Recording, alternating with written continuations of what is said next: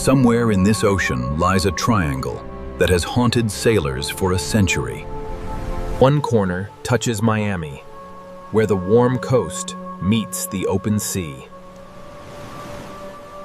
Another corner reaches Bermuda, a lonely island surrounded by endless sea. The third corner touches Puerto Rico, where the Atlantic meets the Caribbean Sea. Between these 3 points lies roughly 500,000 square miles of sea.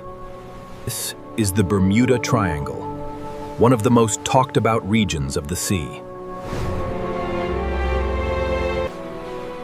For decades, stories of disappearance have surrounded this stretch of sea. Ships and aircraft, it is said, vanish without explanation within this sea. But what does the actual evidence reveal about this legendary sea? We will separate documented fact from decades of exaggeration at sea. Real weather, real currents, and real geology shape this remarkable sea. These forces, not mystery, explain most incidents recorded within this sea. Let us begin where this legend itself first began, at sea. In 1918, a massive naval vessel entered this stretch of sea. The USS Cyclops carried over 300 crew across this Atlantic Sea. It departed Barbados, bound north, and was never seen again at sea. No wreckage, no distress signal, nothing was ever found within this sea. It remains the largest single loss of life in United States Navy history at sea. This single disappearance planted the first seed of legend within this sea. For nearly 3 decades, this incident remained a quiet naval mystery at sea. In 1945, 5 Navy bomber aircraft departed on a training flight. Flight 19 departed Florida on a routine mission over this open sea. The lead pilot radioed confusion, reporting his compass readings looked wrong at sea. Weather worsened rapidly as daylight faded over this stretch of open sea. Radio contact grew fainter, then vanished entirely within this darkening sea. None of the 5 aircraft or their crews were ever found at sea. A rescue aircraft sent to search for them also disappeared over this sea. In total, 14 airmen vanished that single night above this open sea. This combined tragedy became the most famous case linked to this sea. Newspapers across the country reported this strange loss above the open sea. Public fascination with this region grew steadily throughout the following decades at sea. In 1964, a magazine writer coined the name for this sea. He called it the Deadly Triangle, a name that would define this sea forever. That single article launched a legend that would grip the public for this sea. In 1974, a best-selling book brought worldwide fame to this sea. Millions of copies sold, cementing this triangle's reputation as a dangerous sea. That book, however, included cases that never actually occurred at sea. Later investigators found many details had been altered or invented entirely at sea. This is where our documentary begins, separating fact from fiction at sea. Insurance companies have tracked shipping losses across this region for decades at sea. Lloyd's of London found no statistical increase in losses within this sea. This region shows loss rates comparable to any heavily traveled open sea. More ships and aircraft simply pass through this heavily traveled sea.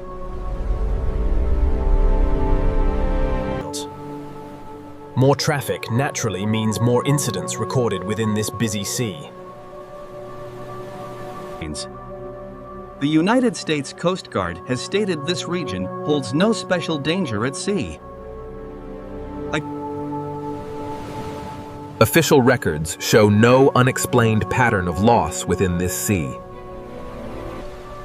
Yet real, documented incidents have genuinely occurred within this open sea. The real explanations lie in powerful, well-documented forces within this sea. One of the most powerful currents on Earth flows directly through this sea. The Gulf Stream carries warm water northward through this entire region of sea. This current moves faster than almost any other flow found at sea. It can reach speeds of nearly 5 miles per hour within this sea.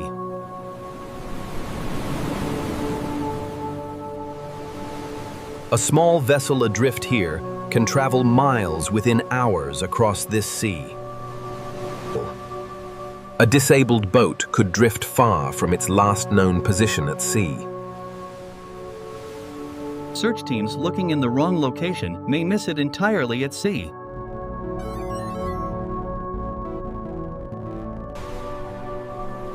This alone explains why wreckage is rarely recovered within this sea. The Gulf Stream begins near Florida before curving out across this open sea.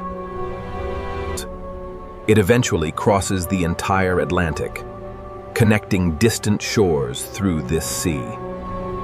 Sailors have navigated around this powerful current for centuries at sea. This warm water also fuels sudden, intense weather within this region of sea. Tropical storms and hurricanes regularly pass directly through this open sea. This region sits directly within one of the most active storm paths at sea. Before satellites, these storms often struck without any warning at sea.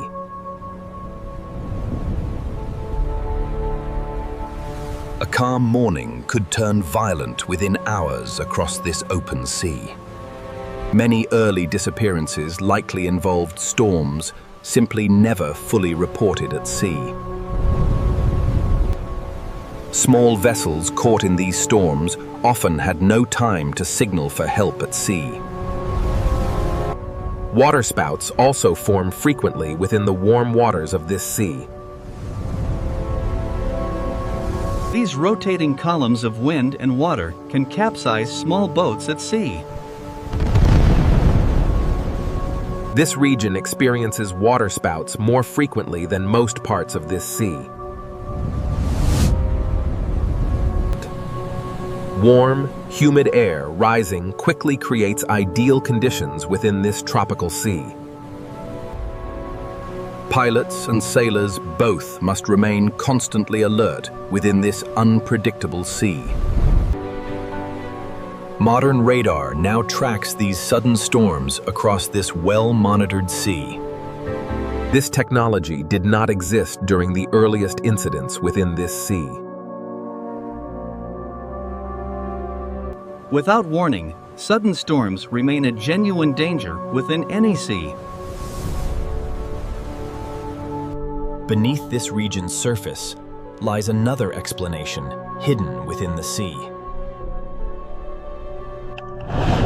Scientists have found unusual deposits buried within the floor of this sea. Methane hydrates lie trapped within the sediment beneath this open sea. These frozen gas deposits can occasionally release large bubbles within this sea. A sudden methane release could theoretically reduce water density within this sea. Some scientists have theorized this could cause vessels to sink rapidly at sea. This theory remains debated among scientists studying this region of sea. Researchers continue studying methane deposits found throughout this open sea. Sonar surveys have mapped numerous gas seep locations across this open sea. Similar methane deposits exist in oceans around the world, not only this sea. This theory alone cannot fully explain every case linked to this sea. No single explanation accounts for every incident recorded within this sea. A third natural factor involves navigation itself within this unusual sea. This region sits near one of only 2 places where compasses point true north. Everywhere else, compasses point toward magnetic north, not true north at sea. Navigators unfamiliar with this variation could make small errors at sea. A small miscalculation compounds steadily over long distances within this sea. Flight 19's pilot may have experienced exactly this confusion at sea. His compass readings, though possibly accurate, may have seemed wrong at sea. Without visible landmarks, disorientation over open water happens easily at sea. Every direction looks identical once land disappears entirely from this sea. Before GPS, pilots relied entirely on compass and instinct within this sea. Modern satellite navigation has virtually eliminated this risk within this sea.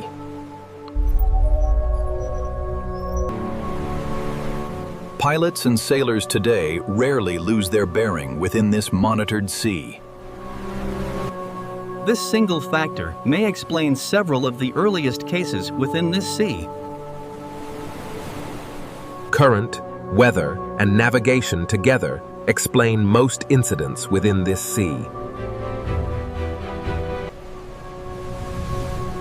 But one more natural force deserves close examination within this sea. Rogue waves have been documented occurring within this stretch of open sea.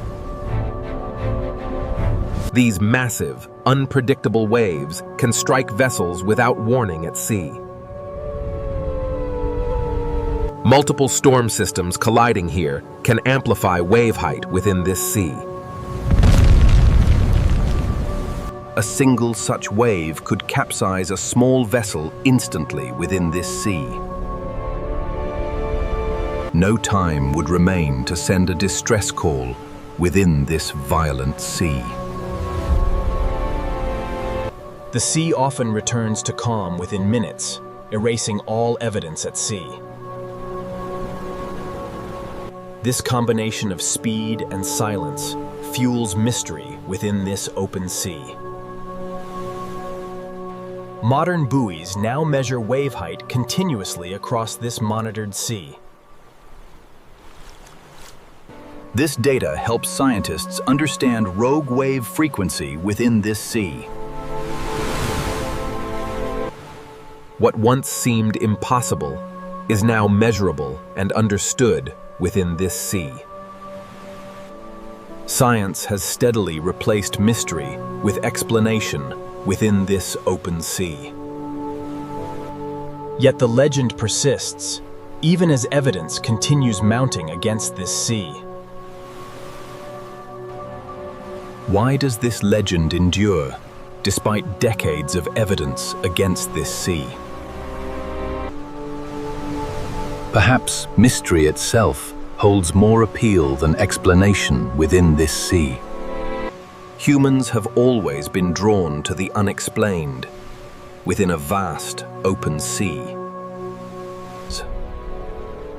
Ancient sailors once marked unknown waters with warnings of danger at sea.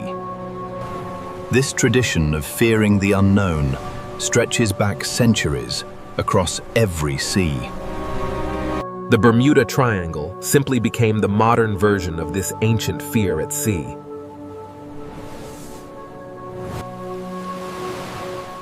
Within this triangle lies a truly unique body of water worth exploring.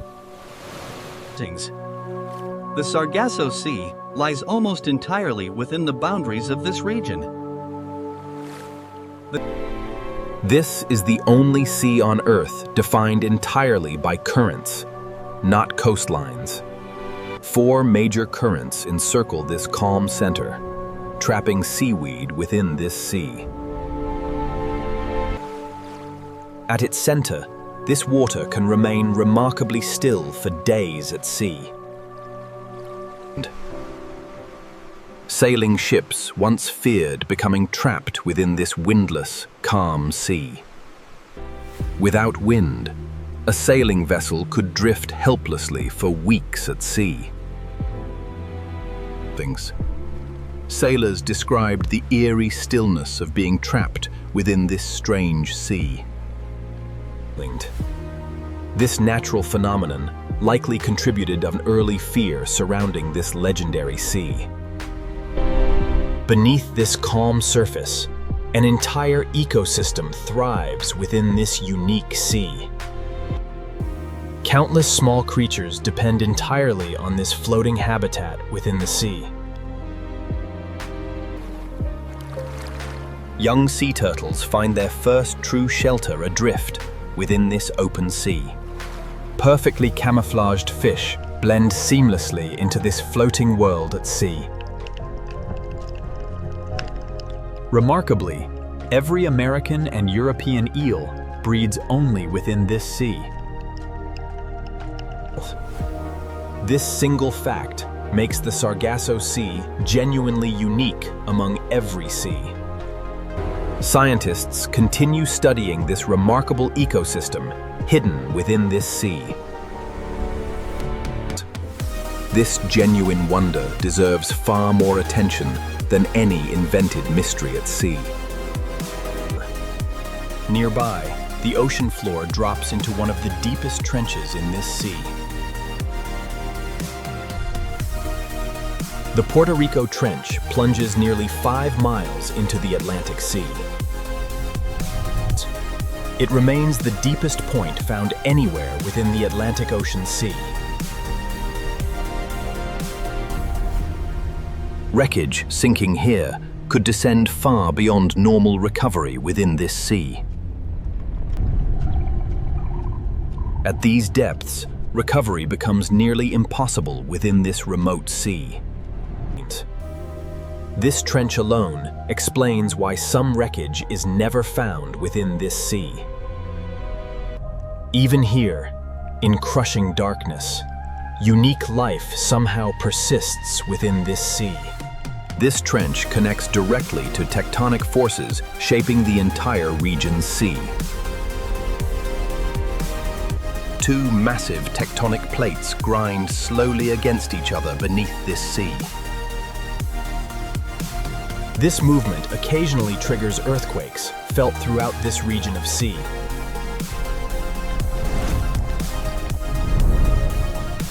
Underwater earthquakes here have occasionally generated small tsunamis at sea. Most vessels would never even notice this quiet activity within this sea.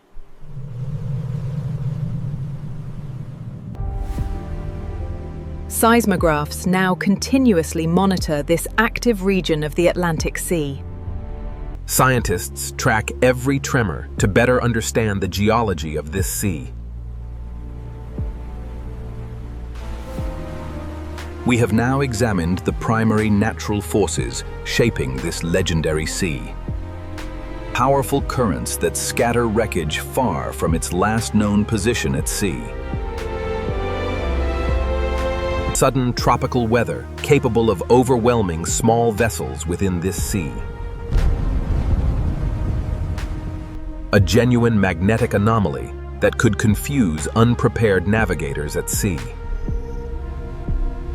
Rogue waves capable of striking without any warning within this sea. An extreme deep trench capable of hiding wreckage forever within this sea. Together, these forces explain nearly every documented case within this sea. This is not a supernatural mystery, but a genuinely challenging stretch of sea. It combines powerful natural forces within one relatively small area of sea. That combination alone deserves genuine respect from anyone crossing this sea. In the chapters ahead, we examine specific documented cases within this sea. We apply what we have learned to the most famous stories of this sea. We return to Flight 19 with new understanding of this legendary sea. We examine the USS Cyclops with fresh evidence gathered from this sea. We uncover lesser-known incidents rarely discussed outside this region of sea. Some cases hold genuine mystery, even after careful scientific study at sea. We approach these cases with honesty, not certainty, about this legendary sea. Some questions may never find complete answers within this vast sea. That uncertainty does not require supernatural explanation within this sea. The ocean remains vast, and human knowledge of it still limited at sea. Mystery, in this sense, simply means more remains to be discovered at sea. Modern oceanographers continue exploring this region with fresh curiosity at sea. Every expedition here adds genuine knowledge, not sensational myth, to this sea. This documentary honors that curiosity, rather than exploiting fear of this sea. We believe the truth here is more fascinating than any myth of this sea. Real storms, real currents, real depths, all within one extraordinary sea. These facts alone make this region worthy of careful study, not fear at sea. In the chapters ahead, we dive beneath the surface of this remarkable sea. We explore the marine life thriving within this widely misunderstood sea. Vibrant coral reefs thrive along the edges of this seemingly dangerous sea. Sea turtles migrate freely through waters many believe to be a cursed sea. Dolphins thrive throughout this region, entirely unaware of any legendary sea. Even whale sharks pass calmly through this supposedly mysterious open sea. Nature itself offers the clearest evidence against any supernatural claim at sea. Life here thrives exactly as it does throughout every other healthy sea. This abundance of life tells a very different story than any legend of this sea. Marine biologists study this region regularly, without any unusual incident at sea. Thousands of research dives occur here annually, without incident within this sea. This ordinary safety record rarely makes headlines about this legendary sea. Sensational stories simply travel further than quiet, ordinary truth about this sea. This documentary aims to correct that imbalance about this misunderstood sea. We have laid the scientific foundation for everything that follows in this sea. Currents, weather, magnetism, depth, and waves define this remarkable sea. With this foundation, we now turn toward the most famous cases of this sea. Flight 19 awaits closer examination in the chapter ahead within this sea. The USS Cyclops awaits closer examination in the chapter ahead within this sea. Other lesser-known cases also await closer examination within this sea. We will apply every scientific principle established here to each case at sea. This methodical approach separates documentary from mere speculation about this sea. We owe this legendary region an honest, evidence-based investigation at sea. That investigation continues now, deeper into the specific stories of this sea. Every case deserves the same careful scrutiny we have applied to this sea. Some cases will reveal clear, documented explanations within this open sea. Others will remain genuinely uncertain, even after careful review of this sea.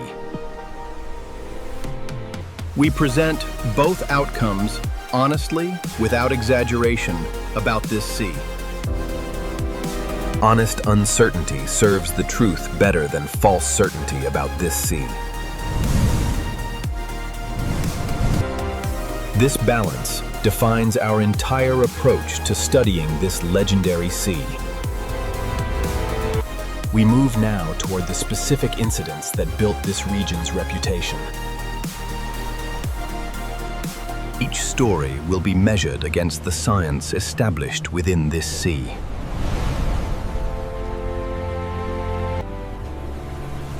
What we uncover may finally put decades of speculation to rest at sea.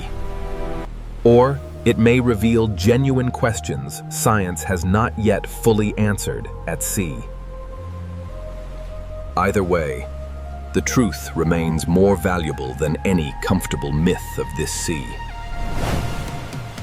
We invite you to continue this investigation with us into this sea.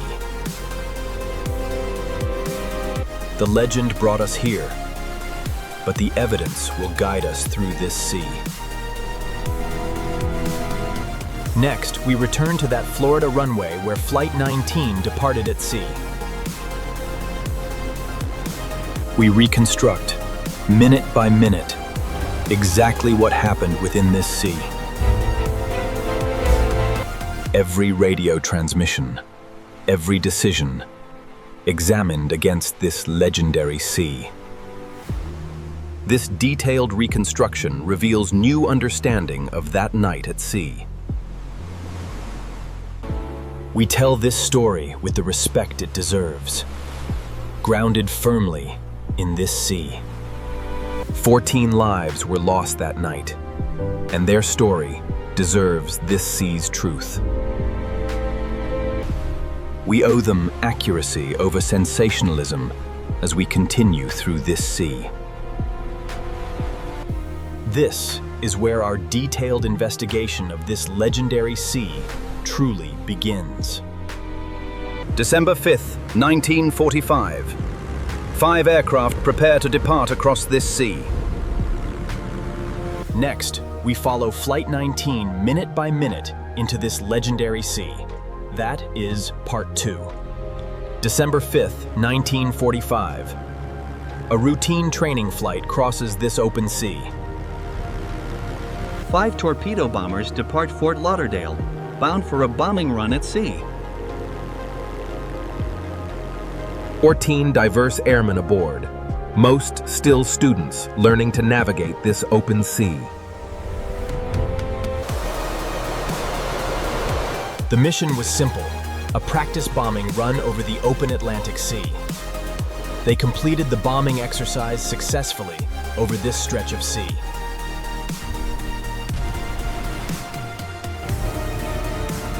Their return course should have brought them home across this familiar sea. Around 3 in the afternoon, the flight leader radioed confusion at sea.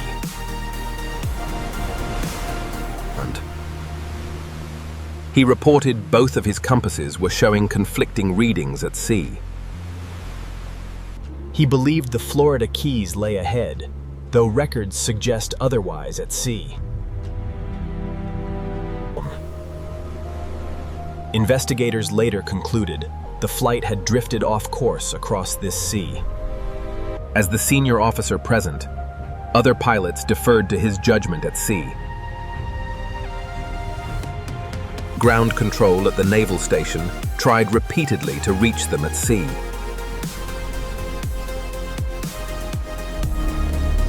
Radio transmissions grew fragmented, breaking apart across the growing distance at sea. Fuel levels aboard each aircraft were quietly, steadily running low at sea.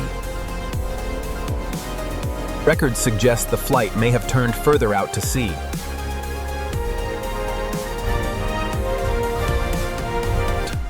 Weather conditions began deteriorating just as daylight started fading at sea. Winds picked up, and rain began falling steadily across this open sea. Flying at night, in weather, without clear navigation, grew increasingly dangerous at sea. Student pilots aboard had limited experience flying instruments over open sea. The final confirmed transmission described confusion over their position at sea. After that, radio contact faded into static across this darkening sea. Investigators believe fuel exhaustion likely forced a ditching at sea. These aircraft were never designed to float long after landing at sea. A hard water landing at night, in rough seas, offered little chance of survival at sea. Investigators believe the aircraft likely sank within minutes of impact at sea.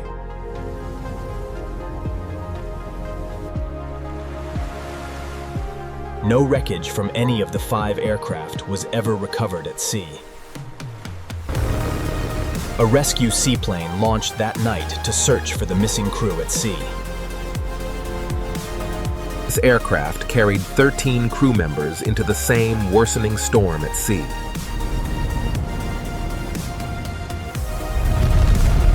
A nearby merchant ship reported witnessing a bright explosion above this sea. This rescue aircraft was known to accumulate flammable fuel vapor at sea.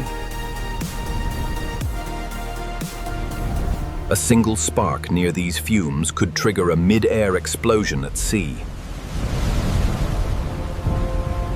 This design flaw had caused similar incidents in other regions, not only this sea.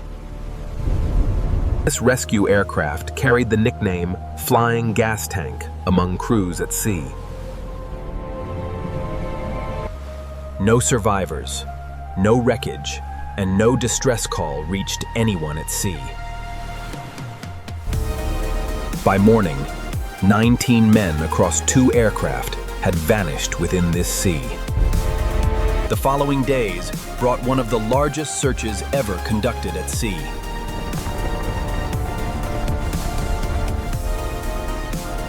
Nearly 300 aircraft and multiple ships searched this stretch of sea.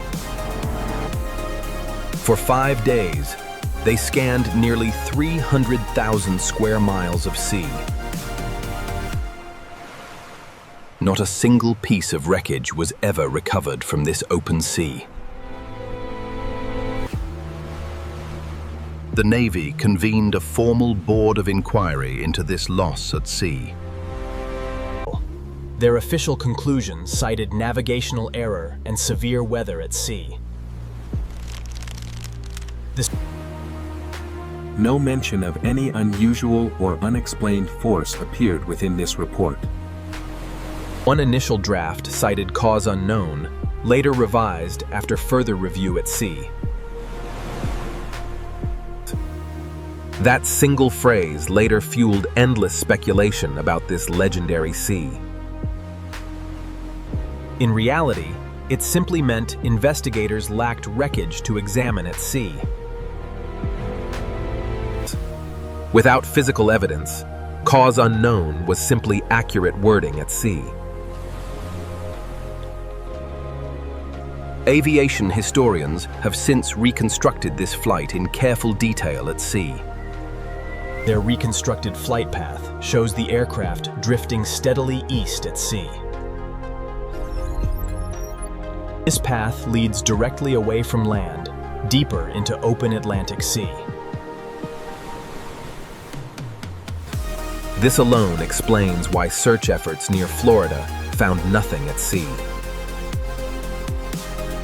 They were searching in the wrong location, far from the actual crash site at sea. The actual crash site likely lies in water thousands of feet deep at sea. At such depths, aluminum aircraft wreckage would corrode quickly within this sea. After 80 years, little would likely remain intact within this sea. This evidence-based reconstruction offers a complete, natural explanation at sea. Compass confusion, worsening weather, fuel exhaustion, and depth explain this sea. None of this diminishes the tragedy felt by 14 families that year. Their loss remains real, even without any supernatural explanation at sea. A memorial near the departure airfield today honors this crew at sea. This is the true story of Flight 19, told through evidence, not legend. We now return to an earlier case, one that predates this legend entirely. The USS Cyclops carried over 10,000 tons of manganese ore at sea. This dense cargo, if improperly secured, could shift dangerously at sea. Investigators later noted the ship may have been dangerously overloaded at sea. One engine was also reportedly malfunctioning before departure at sea. A tropical storm was also documented moving through this region that week. Overloaded, underpowered, and facing a storm, all at the very same sea. Any one of these factors alone could sink a vessel within this sea. Combined, they made survival extremely unlikely within this violent sea. No radio distress call survives, though radio technology then remained primitive at sea. Ships of that era often had no reliable way to signal distress at sea. A sudden sinking could occur entirely without warning to anyone at sea. Two sister ships were also later lost, carrying the exact same cargo at sea. Both vanished on similar routes, carrying similarly dense cargo at sea. This pattern strongly suggests structural failure, not mystery, at sea. Ships of this design were known to suffer sudden hull failure at sea. A hull failure at this scale could sink a ship within minutes at sea. No time would remain to launch lifeboats within this rapidly sinking sea. This remains, even today, the largest single loss of life in this sea's history. 306 souls were lost together within this single tragedy at sea. Overloading, storm, and structural failure together explain this tragedy at sea. No mystery is required to understand what happened within this sea.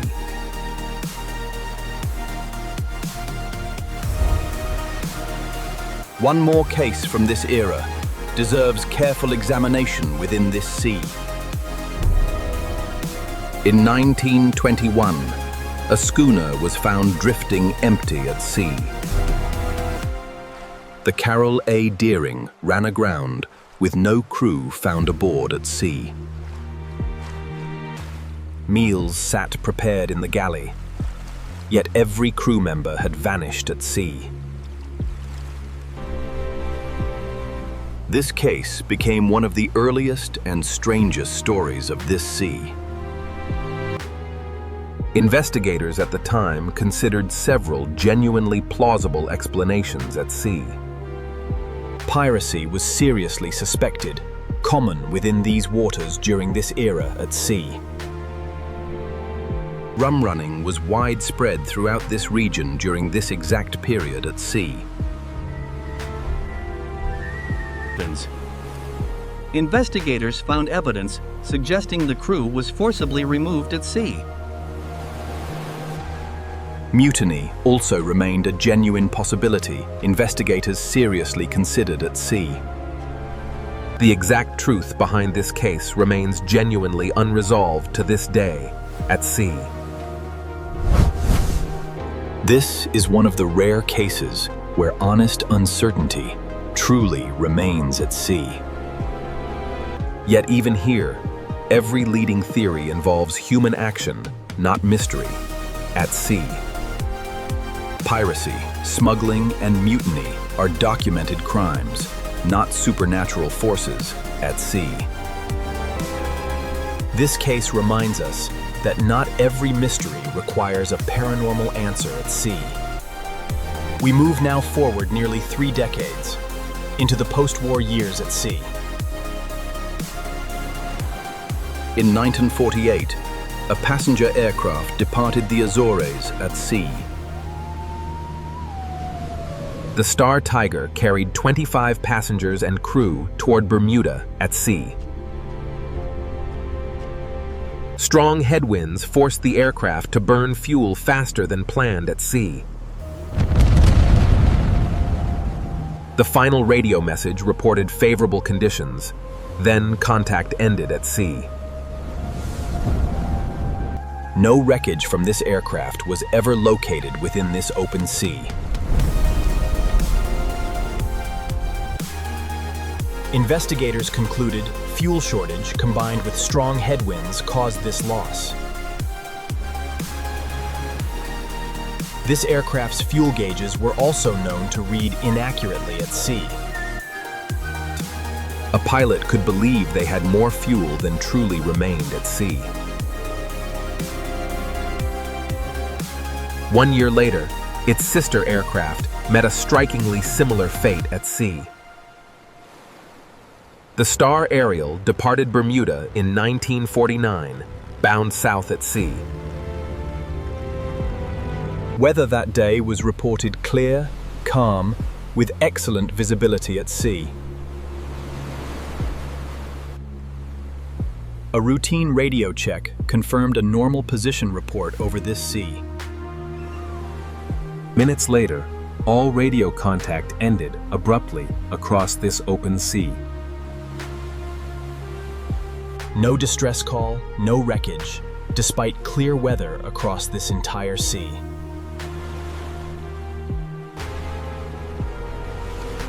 This case proved more difficult to explain than most within this sea.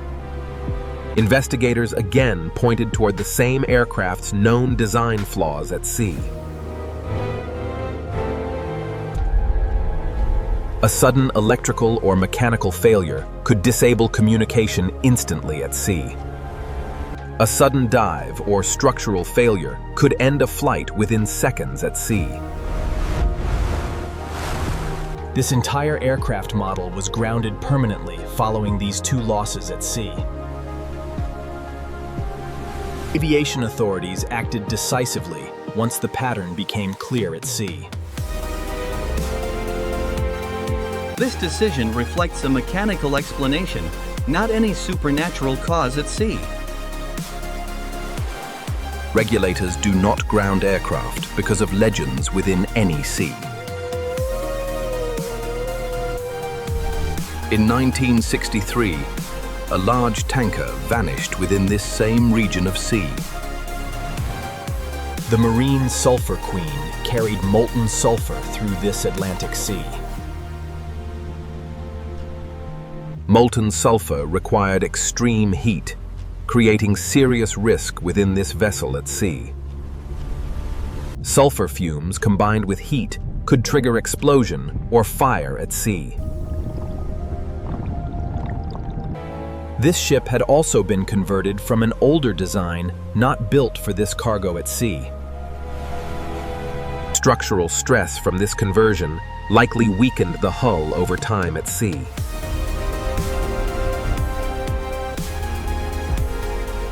Records show this exact vessel had suffered previous structural incidents at sea. No distress signal was ever received from this vessel within this sea. Only scattered debris and a single life jacket were ever found at sea. 39 crew members were lost together within this single sea tragedy. The Coast Guard investigation cited structural failure as the most likely cause. A sulfur-related explosion also remained a serious possibility within this sea. 4 major cases, 4 different natural or mechanical causes, 1 legendary sea. A pattern emerges clearly once each case is examined honestly at sea.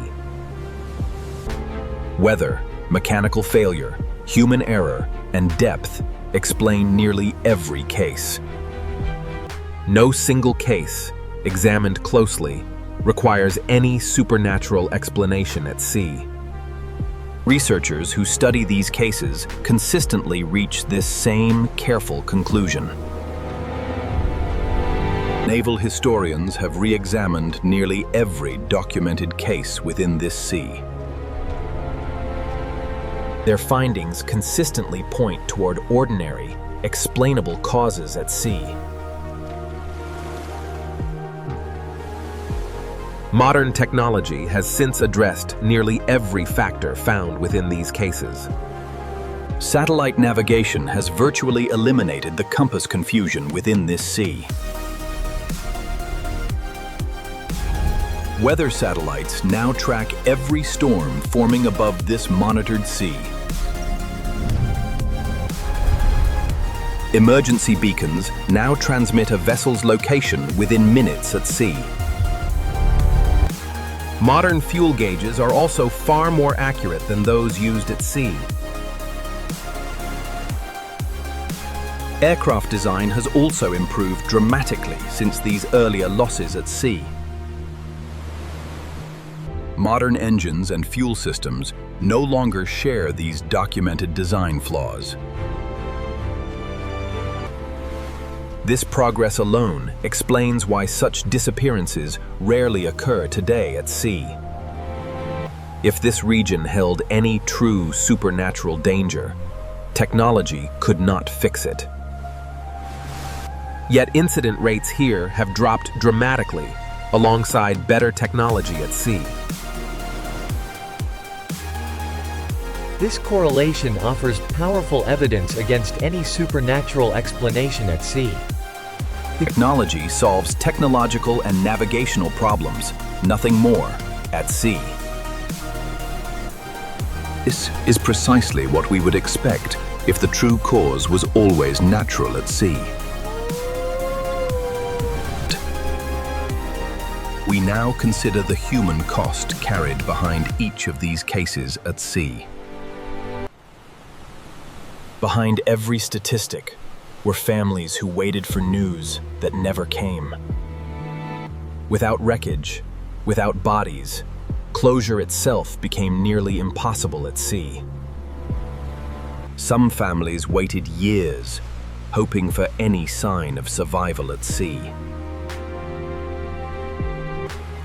This uncertainty, more than anything, likely fueled the legend of this sea. Human minds struggle deeply with loss that offers no clear explanation at sea. Mystery, however uncomfortable, can feel easier than random tragedy at sea. A story, even a frightening one, offers more comfort than pure chance at sea. Understanding this psychology helps explain the legend's lasting power at sea.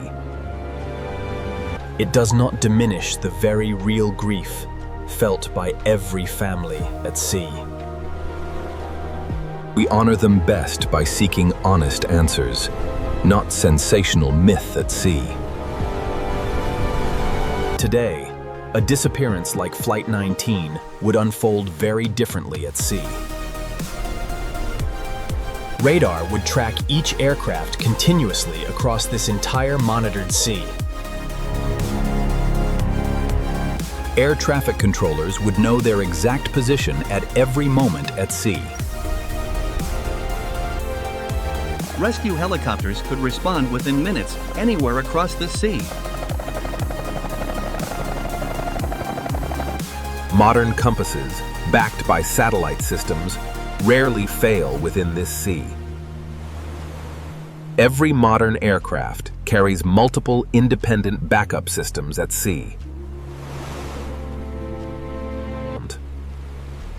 A single failure today rarely leads to total loss within this monitored sea. This progress represents decades of hard lessons learned from this sea. Every case we have examined contributed to safety improvements at sea. In this way, these losses were not entirely without lasting purpose at sea.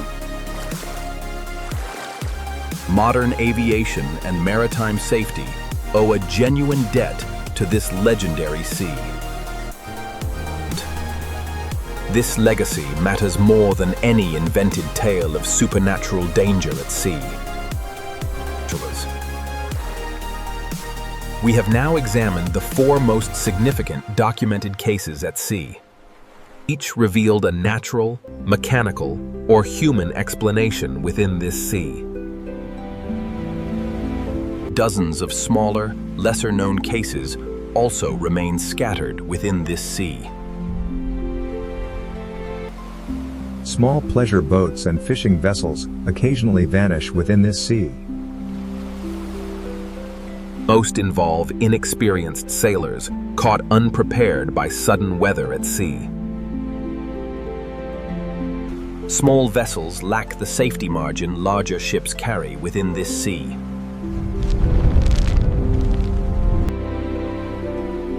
The United States Coast Guard responds to hundreds of calls annually at sea. Nearly all of these cases resolve through ordinary rescue within this sea. These successful rescues rarely make headlines the way disappearances do at sea. This imbalance in reporting shapes public perception of this entire sea. A rescue story rarely spreads as far as a disappearance story at sea. This has always been true of media coverage surrounding this legendary sea. a frightening mystery sells more than a routine rescue within this sea. This documentary aims to present the fuller, more accurate picture at sea. That fuller picture includes both real danger and real, ordinary safety at sea. Both truths can exist together without contradiction within this remarkable sea. We have now completed our review of this region's most famous cases. Next, we turn toward the deeper science shaping this entire region of sea.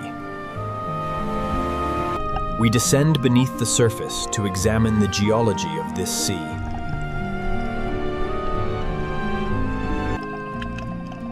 Unusual rock formations have fueled speculation about ancient civilizations at sea. One famous formation resembles a paved road beneath the shallow sea. Geologists have studied this formation extensively beneath this shallow sea. This pattern forms naturally when limestone slabs crack along straight lines at sea. Similar formations exist naturally in other shallow limestone regions of sea. No evidence of any human construction has ever been found within this sea. Geological survey after survey confirms this is entirely a natural formation at sea. Nature alone created this striking pattern within the floor of this sea. We continue our scientific investigation deeper into the next chapter of this sea. We examine the marine life and ecosystems thriving within this misunderstood sea. We revisit the powerful currents and storms shaping this entire region at sea. We explore what modern science continues discovering within this legendary sea. Every chapter ahead builds upon the evidence established within this sea. This journey through fact and legend continues now beneath this open sea. We have separated fact from fiction across 4 of history's most famous cases. Each case revealed genuine, documented explanations hidden within this sea. The legend, though enduring, does not withstand careful scrutiny at sea. Yet its power over public imagination remains undeniably strong at sea. We now turn our attention beneath the waves, into this sea's true depths. There, an entirely different story of life and geology awaits within this sea. Vibrant marine ecosystems thrive completely undisturbed within this legendary sea. This abundance of ordinary life offers its own quiet evidence about this sea. We dive now beneath the surface to explore this hidden world at sea. This underwater journey will reveal the true character of this legendary sea.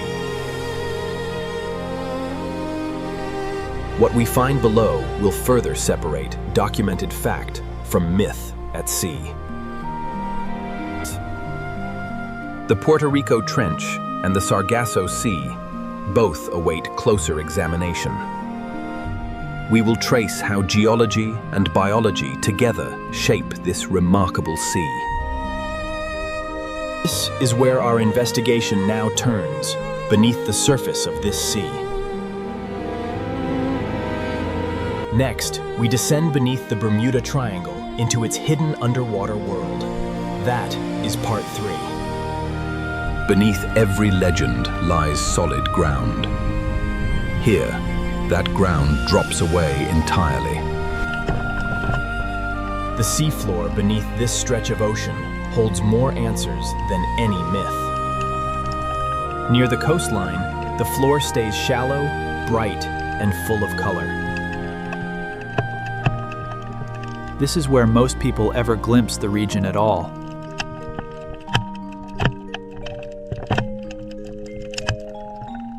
Turtles, rays, and reef fish move through it every single day, undisturbed. But travel further out, and the character of this water changes fast. Within a few miles, shallow reef gives way to open water and shadow. This is the edge. Beyond it, the seafloor simply disappears from view.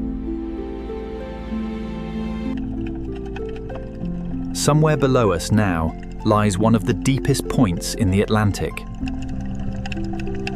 The Puerto Rico Trench plunges nearly 5 miles beneath this surface.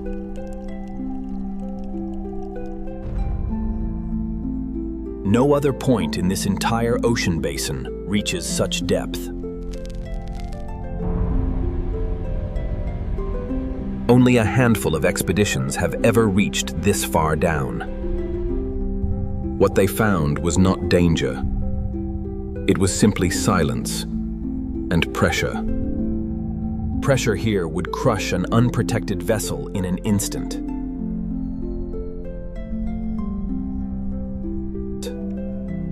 That alone explains why wreckage from above so rarely resurfaces. Once something sinks this deep, it simply does not come back up. Even here, in crushing darkness, life has found a way to persist. Snailfish, adapted entirely to this pressure, glide through the darkness slowly. This landscape has nothing to do with any triangle, any legend, or any curse. It is simply geology, older than any story ever told about this place. Rising back toward the surface, we cross into a very different kind of water. Above the trench, an entirely different sea begins to reveal itself. This is the Sargasso, a body of water defined not by shores, but by currents. 4 powerful currents encircle it, holding this water almost perfectly still. Sailors once feared getting trapped here more than any storm. Without wind, a sailing vessel could drift here for weeks, going nowhere. That eerie stillness, more than anything, likely planted the earliest seeds of fear. Yet beneath that stillness, something remarkable was happening the entire time. This floating seaweed hides an entire ecosystem most sailors never noticed. Young turtles find their very first shelter here, adrift and hidden. Fish here have evolved to vanish completely into the floating gold around them. Even more remarkable, every American and European eel is born right here. No other body of water on Earth holds that exact distinction. Scientists still return here regularly, drawn by exactly this kind of mystery. It is a mystery worth chasing, and one that has nothing to do with disappearance. From here, we move outward again, toward the currents that surround it. Where fast current meets calm water, the boundary becomes visibly chaotic. A disabled boat caught in that shift could travel miles before anyone noticed. This single fact accounts for a large share of every unresolved case here. Beneath the surface, this current carries far more than warm water alone. Nutrients ride this flow northward, feeding everything living in its path. Fish gather in staggering numbers wherever this current runs strongest. Dolphins ride this same current effortlessly, covering great distance with ease. Even the largest fish alive, the whale shark, passes calmly through these waters. Turtles migrate thousands of miles using this current as a natural highway. Above the water, seabirds follow the same abundance, diving again and again. None of this activity suggests danger. If anything, it suggests the opposite. Marine biologists dive these waters constantly, without incident, year after year. Thousands of dives happen here annually, each one entirely unremarkable. That word, unremarkable, rarely makes it into any story about this region. Yet unremarkable is exactly what most days here truly look like. Further along the seafloor, the geology tells its own quiet story. These ridges formed from forces far older than any ship ever built. Two massive tectonic plates meet somewhere beneath this exact stretch of water. Their slow, constant movement continues shaping this seafloor even now.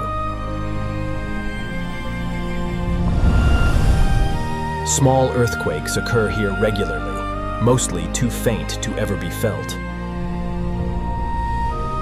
Seismographs record dozens of these tremors along this fault every year. A ship passing directly overhead would likely never notice a thing. Occasionally, though, this movement produces something people do notice. In rare cases, underwater earthquakes here have generated small local tsunamis. These events remain rare, but they are entirely real and entirely documented. Not far from here lies one final piece of this underwater puzzle. Divers exploring shallow water off the Bahamas once found something strange. Long, straight rows of flat stone stretched across the sandy floor below them. From above, it genuinely resembles a road, paved and deliberate. Speculation followed almost immediately, reaching back toward lost civilizations. Geologists, however, reached a far simpler and better supported answer. Limestone naturally fractures along straight lines as it slowly erodes. The same pattern appears in shallow limestone beds around the entire world.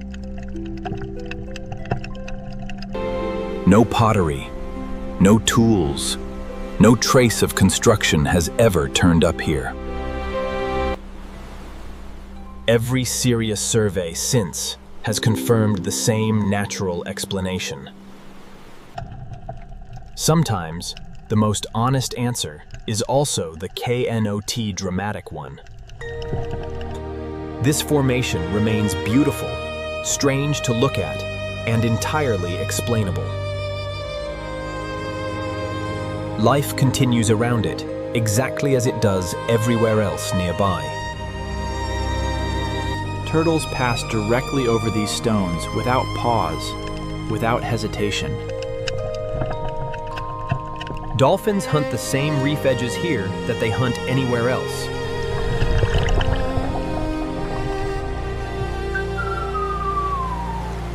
None of them read the legend written about the water above them. For them, this is simply home, rich, warm, and entirely ordinary. Above them, thousands of gannets nest along these same coastlines every year. They feed here daily, following the same currents that feed everything else.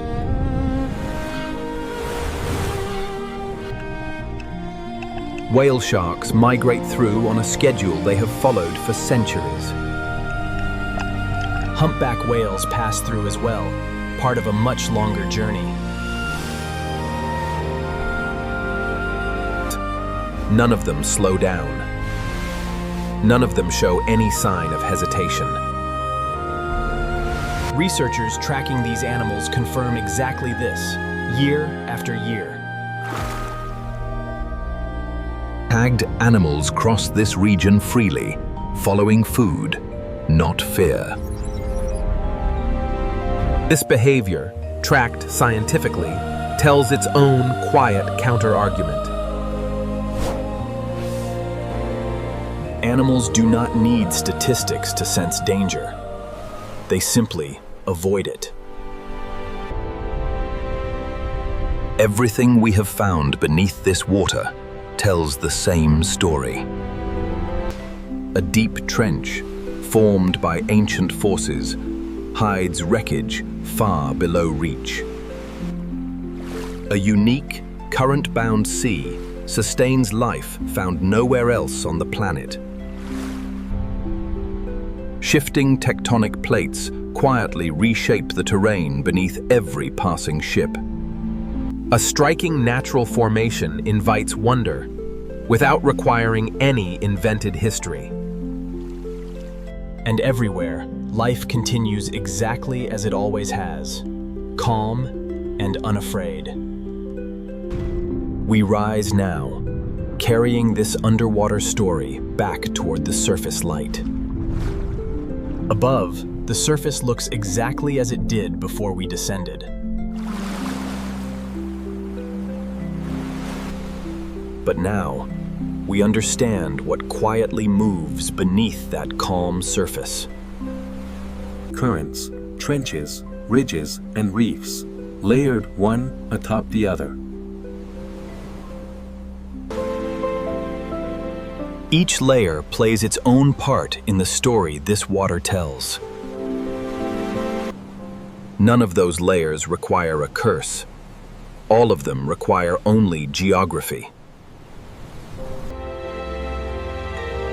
We now turn toward the surface conditions this region is truly known for. Warm water like this does not stay calm forever. It builds toward something.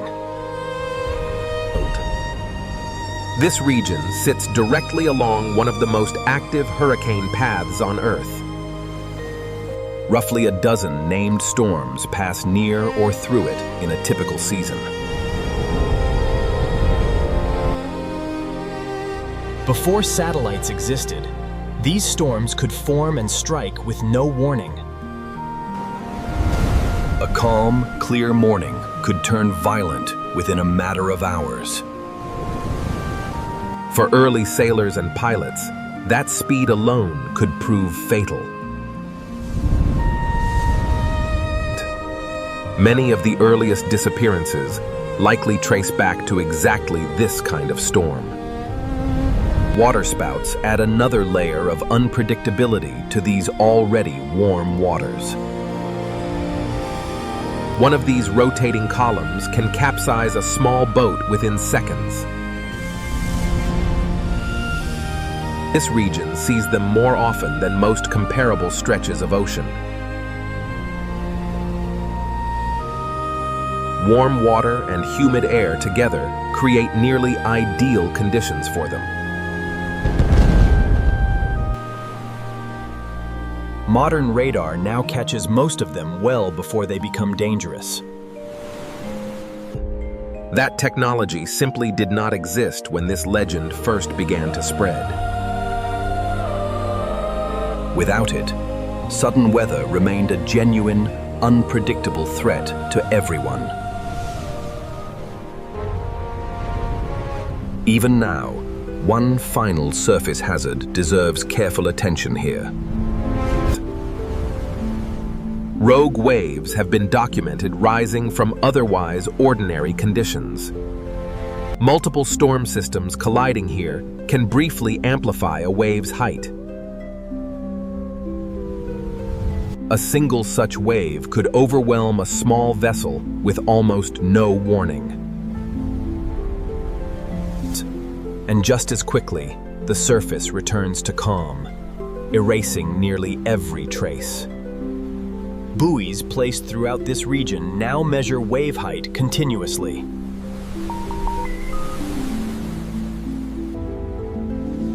What once sounded impossible has become simply another measurable variable.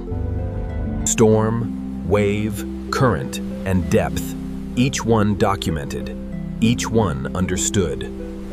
Together, they form a complete, natural picture of this entire region.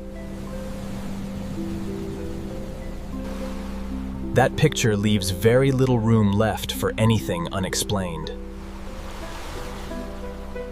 Still, scientists continue returning, because a little mystery always remains. Not the mystery of curses, but the ordinary, endless mystery of the deep. New species turn up here nearly every year, quietly, without fanfare. Each expedition adds a small piece to an already very large puzzle. A single sediment core can reveal thousands of years of climate history. Most of this floor, even today, remains completely unmapped in detail. That gap in knowledge is not evidence of danger. It is simply an invitation. Every generation of scientists accepts that invitation a little further than the last. That, more than any legend, is the real story unfolding beneath this water. It is a story of patience, curiosity, and slow, careful discovery. It is not nearly as dramatic as vanishing ships, but it is far more true. We now turn from the physical forces toward the deeper science of this region. Specifically, we return to the magnetic behavior first mentioned earlier.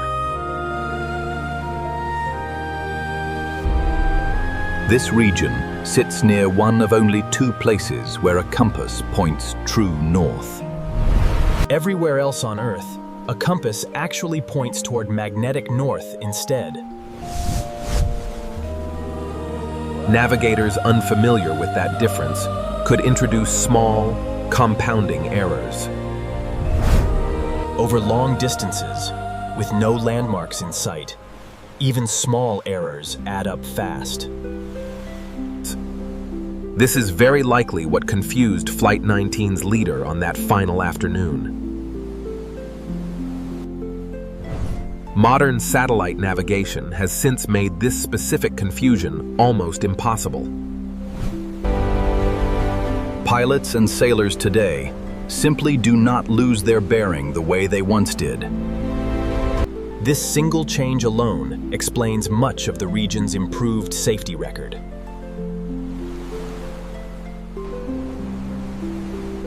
We have now traced nearly every natural thread woven through this legend.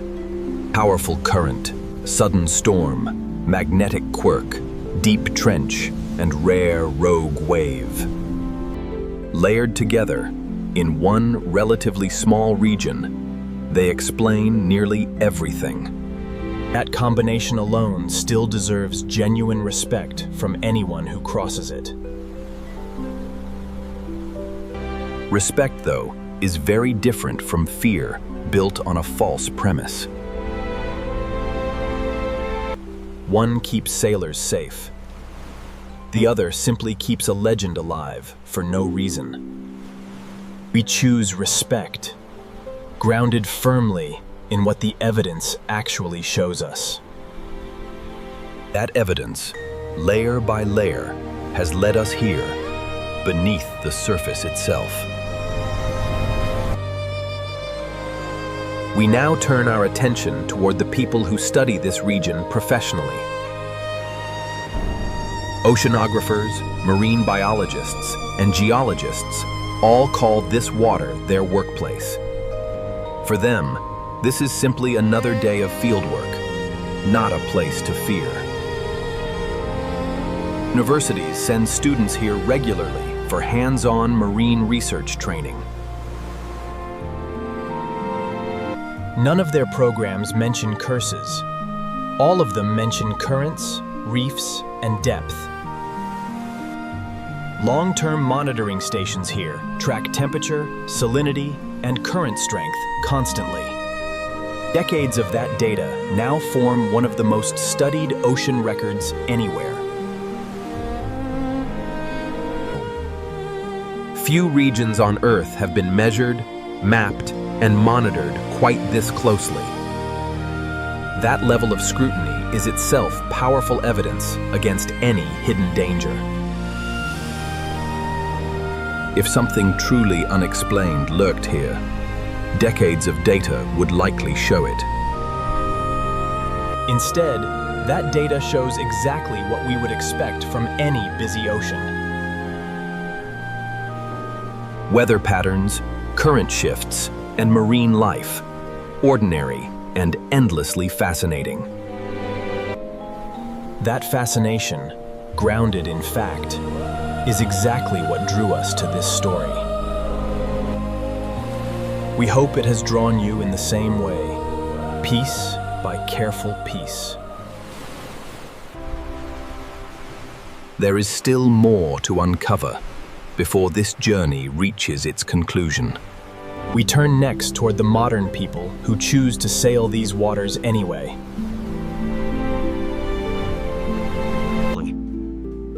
Fishermen, sailors, and vacationers cross this region every single day of the year. For local fishermen, this is simply the water that has fed their families for generations. Their relationship with it is practical, familiar, and entirely free of fear. Millions of cruise passengers cross this exact region every year without incident. For many of them, the legend is simply part of the trip's charm and appeal. A story to tell, not a danger to fear, once the ship reaches port safely. This shift, from fear to fascination, may be the legend's true, lasting legacy. It brought curious minds to a region that fully deserves that curiosity. It brought scientists here to study genuine wonders hiding in plain sight. It brought documentary crews here, hoping to separate fact from decades of fiction. We count ourselves among them, grateful for what this water has shown us. Ahead, we turn toward the future of this region and what it may still reveal. Climate change is already reshaping the currents and storms that define this water. Warmer water may fuel stronger storms across this entire hurricane corridor. Scientists are watching this shift closely, without needing legend to justify the concern. Real risk, backed by real data, deserves far more attention than any old myth. This is where genuine vigilance should be focused going forward, here and now. We have moved from myth toward measurement, and that shift matters enormously. It determines where funding goes, where research focuses, and where lives get protected. Chasing legends protects no one. Understanding currents and storms genuinely does. This is the quiet, unglamorous work that actually keeps modern sailors safe. We have now covered the geology, the biology, and the physics of this water.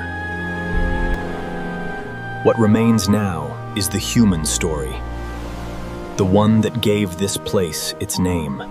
We return one final time to Flight 19 and to what came after.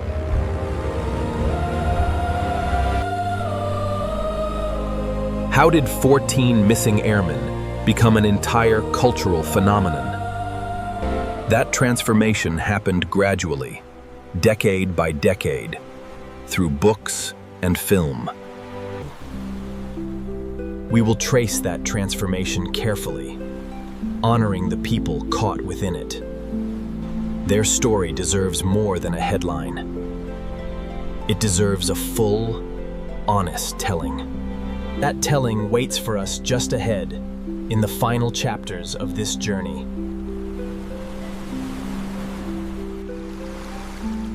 We have built a solid foundation of evidence across 3 complete chapters. History, geology, biology, and physics, each one pointing toward the same truth. This is a natural place, shaped by natural forces, home to natural wonder. The legend surrounding it, however powerful, was always built on something else entirely. It was built on fear, coincidence, and the very human need to find a pattern. Understanding that need is, in many ways, the true heart of this documentary. We move forward now to explore exactly how that need shaped popular culture. Books, films, and television all played their own part in building this legend. We examine each of them honestly, tracing exactly how the story grew and spread. That growth reveals as much about human nature as it does about this water. We carry forward everything learned here as we move toward that final story. Currents that scatter evidence, storms that strike without warning, a trench that hides it all. A magnetic quirk that confuses even careful navigators, still today, in rare moments. Together, these forces built a legend far larger than any single explanation. That legend now stands ready to meet the culture that carried it forward. We turn the page now, from science toward story, from water toward memory. 14 men took off on an ordinary afternoon and never came home again. That single afternoon eventually reshaped how the entire world sees this water. We follow that reshaping next, from naval report to worldwide phenomenon.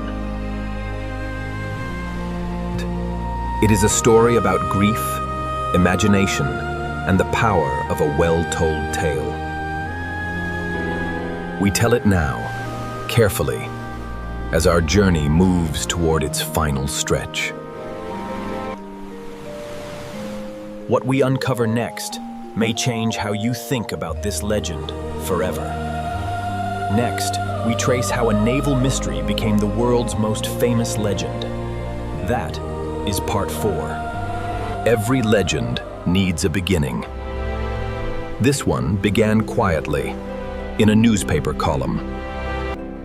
In December of 1945, papers reported the loss of Flight 19 plainly.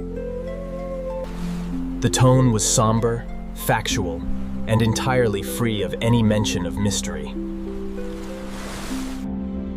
For the first several years, that is exactly how the story stayed. A tragedy.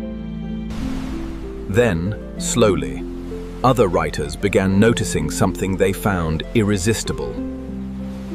Other ships, other planes, had also vanished within roughly the same waters.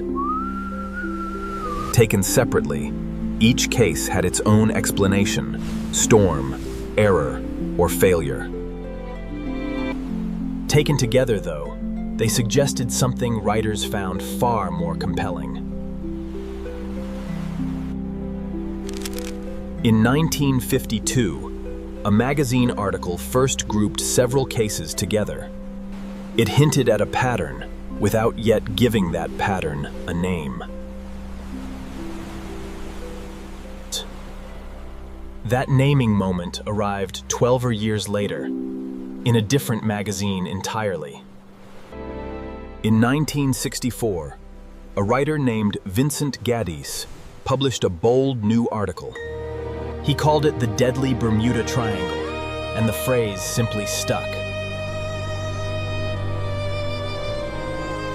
A vague pattern had finally become something sharper, something marketable. Other writers noticed the appetite this article had created almost overnight. Throughout the late 60s, more books arrived, each one building on the last. Each new author added a case that the last one had somehow overlooked entirely. Few checked their sources carefully. Fewer still questioned what earlier authors claimed. Errors from one book simply passed quietly into the next, unchecked and unchanged. A ship lost in a storm elsewhere quietly became a ship lost here instead. A plane that landed safely somewhere else became one more plane never found. By the early 70s, the list of supposed victims had grown remarkably long. Long enough that one book could finally turn this legend into something enormous. In 1974, author Charles Berlitz published the book that changed everything. It sold millions of copies and was translated into more than a dozen languages. For the first time, this legend truly became a worldwide phenomenon overnight. Readers in Tokyo and London now knew this stretch of water by name. Berlitz leaned heavily into theories involving lost civilizations and strange energy fields. None of these claims rested on evidence that any serious scientist recognized. By this point, though, evidence had almost stopped mattering to the story. The legend had grown large enough to sustain itself, almost entirely on its own. But not everyone accepted that story without first checking the facts themselves. A librarian named Larry Couchet decided to trace every single claim to its source. He spent years digging through original newspapers, insurance records, and naval archives. What he found, case after case, told a very different story than the books. Some ships listed as vanished had, in fact, sunk in entirely different oceans. Others had perfectly documented causes that earlier writers simply left out entirely. A few of the most famous cases had never actually happened within this region. In 1975, Couchet published his own findings in a careful, detailed book. He titled it plainly, calling the mystery solved, rather than deepening it further. His conclusion was simple. No case, examined carefully, required anything unusual. Every disappearance fit within known patterns of weather, mechanics, or simple error. This book should have quietly ended the legend right there in 1975. Instead, something curious happened. The legend simply continued growing regardless. Berlet's sensational book kept selling. Kusha's careful book quietly faded from shelves. This pattern reveals something important about how legends actually survive over time. A frightening story simply travels faster and further than a careful correction. Hollywood noticed this same appetite and quickly began building on it further. Television specials throughout the 70s retold these stories to millions of viewers. Dramatic narration, ominous music, and grainy footage made every case feel urgent. Feature films soon followed, weaving the legend into science fiction and adventure stories. Each retelling added its own dramatic flourish, further blurring fact and fiction together. By the 1980s, most people knew the legend far better than the history. Ask someone about Flight 19, and they would describe the mystery, not the facts. This is precisely how a story outgrows the truth it was originally built upon. It is worth asking why this particular legend, more than most, refused to fade. Part of the answer lies in timing. This story arrived at exactly the right moment. The 1970s saw growing public fascination with the unexplained and the strange.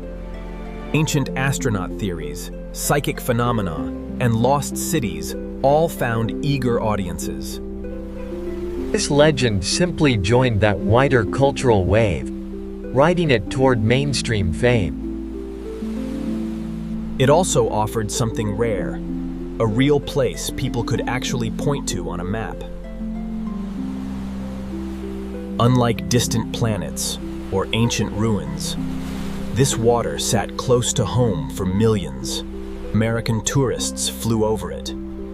American sailors crossed it constantly, without a second thought.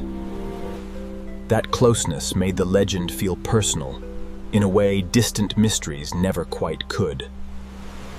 Anyone flying to Florida or the Caribbean could imagine themselves inside the story. That personal connection is a powerful ingredient in any legend built to last. There is also the simple, undeniable pull of an unsolved mystery itself. A closed case rarely holds attention. An open question keeps people coming back. Even after Kusha's careful research, small, genuine uncertainties remained here and there. The Carroll A Deering, for instance, still lacks a fully confirmed final explanation. That small remaining gap was more than enough to keep the wider legend alive. People remembered the mystery and quietly forgot how thoroughly it had been examined. This selective memory shapes nearly every enduring legend. Not only this one. We remember the question. We forget, far too easily, that an answer arrived. By the 1990s, the legend had settled into popular culture almost permanently. Video games, comic books, and cartoons all borrowed the name freely and often. None of these creators needed the legend to be true. They only needed it recognizable. That recognition alone had become valuable, decades after the original disappearance. Then came the internet, and the legend found an entirely new way to travel. Old claims resurfaced online, often stripped of any context or original correction.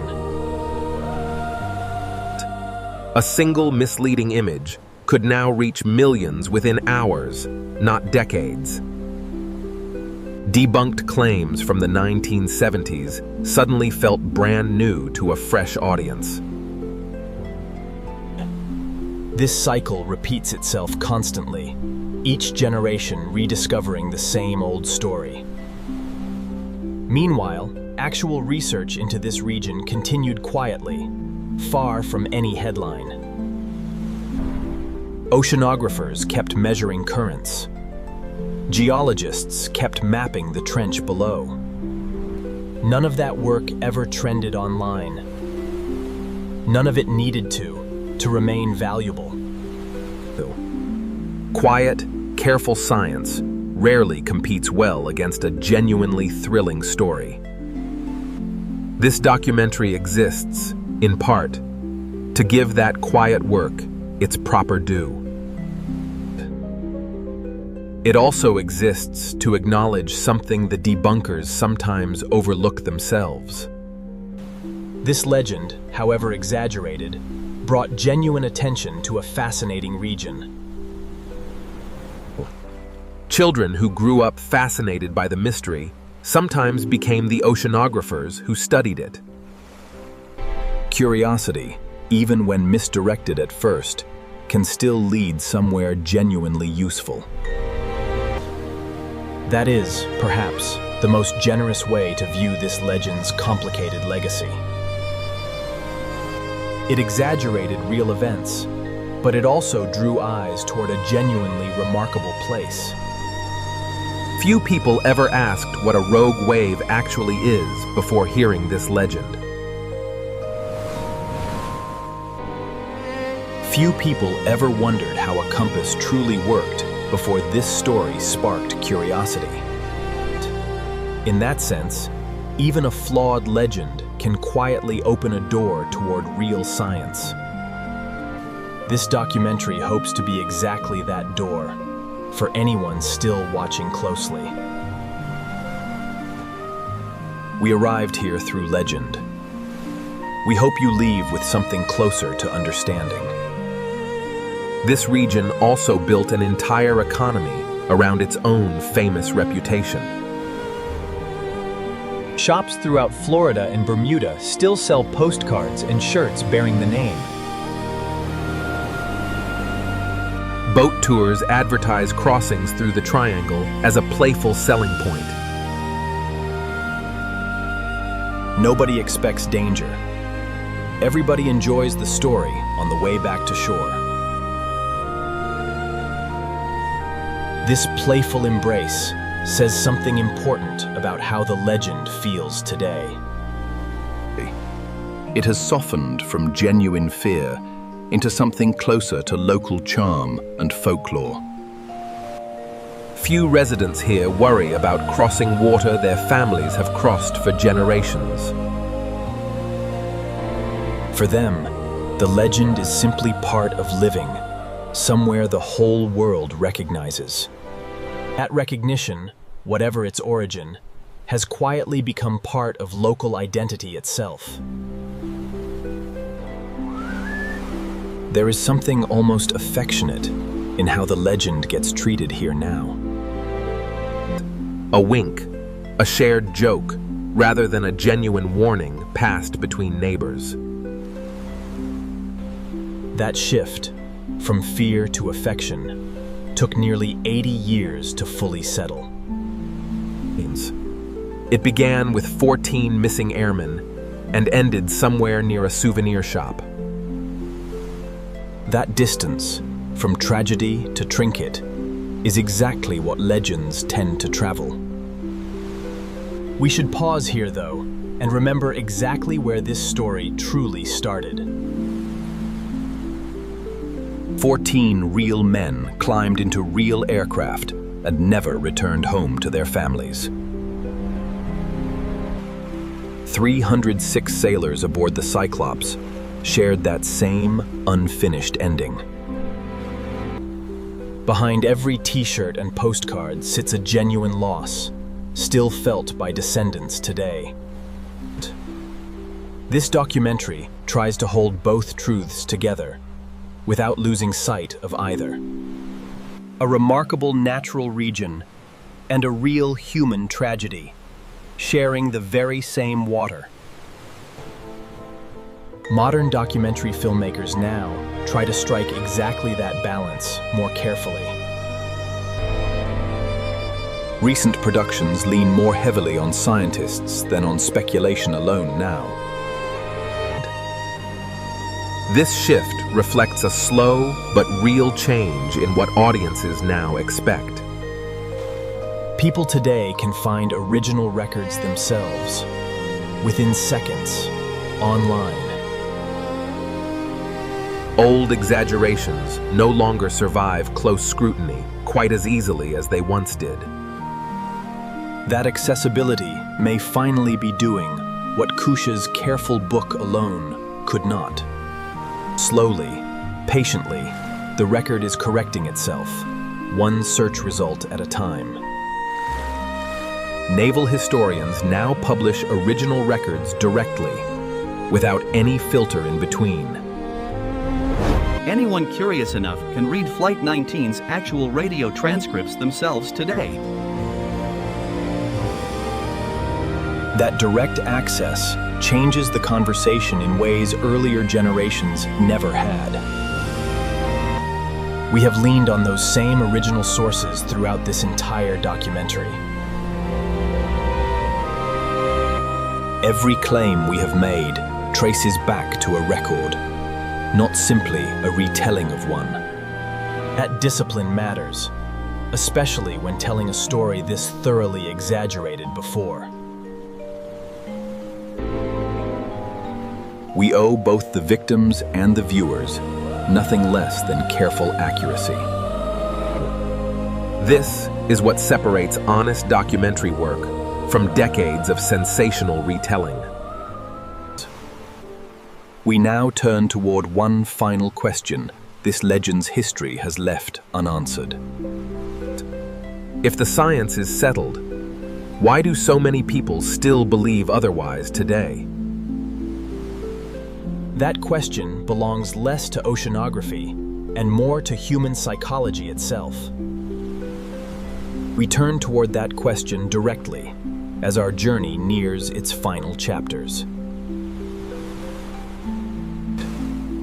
Belief, it turns out, rarely follows evidence in quite the tidy way we assume. A story we heard as children often outlasts a correction we read as adults. That early impression settles deep, long before skepticism has a real chance to form. Psychologists have studied exactly this pattern across many different kinds of legend. The first version heard tends to feel more true than any version heard afterward. This is not a flaw unique to this legend. It is simply how human memory tends to work. Understanding that tendency does not erase it, but it does explain a great deal. It explains why a 1974 bestseller still shapes belief 50 years later. It explains why documentaries like this one still feel worth making, even now. Correcting a first impression takes more than one careful book or one honest film. It takes patience, repetition, and a genuine respect for what the evidence actually shows. We have tried to offer exactly that respect across every chapter so far. Not dismissing the story, but grounding it firmly in what actually happened here. That grounding, more than any dramatic reveal, is what this documentary hopes to leave behind. We now return, briefly, to the water itself before closing this chapter of history. This ocean has carried every version of this story without ever changing itself. The currents run the same course they ran in 1918, entirely indifferent to legend. The storms still form the same way. The trench still hides what falls into it. Everything we have learned about it remains true, regardless of what any book once claimed. That constancy is, in its own quiet way, deeply reassuring to consider. Nature does not care how we describe it. It simply continues, exactly as it always has. Our stories change constantly. This water, underneath every story, never truly does. We find that thought oddly comforting as we near the end of this history. Legends rise, spread, soften, and eventually settle into something closer to folklore. The ocean beneath them simply keeps moving, exactly as it has for millions of years.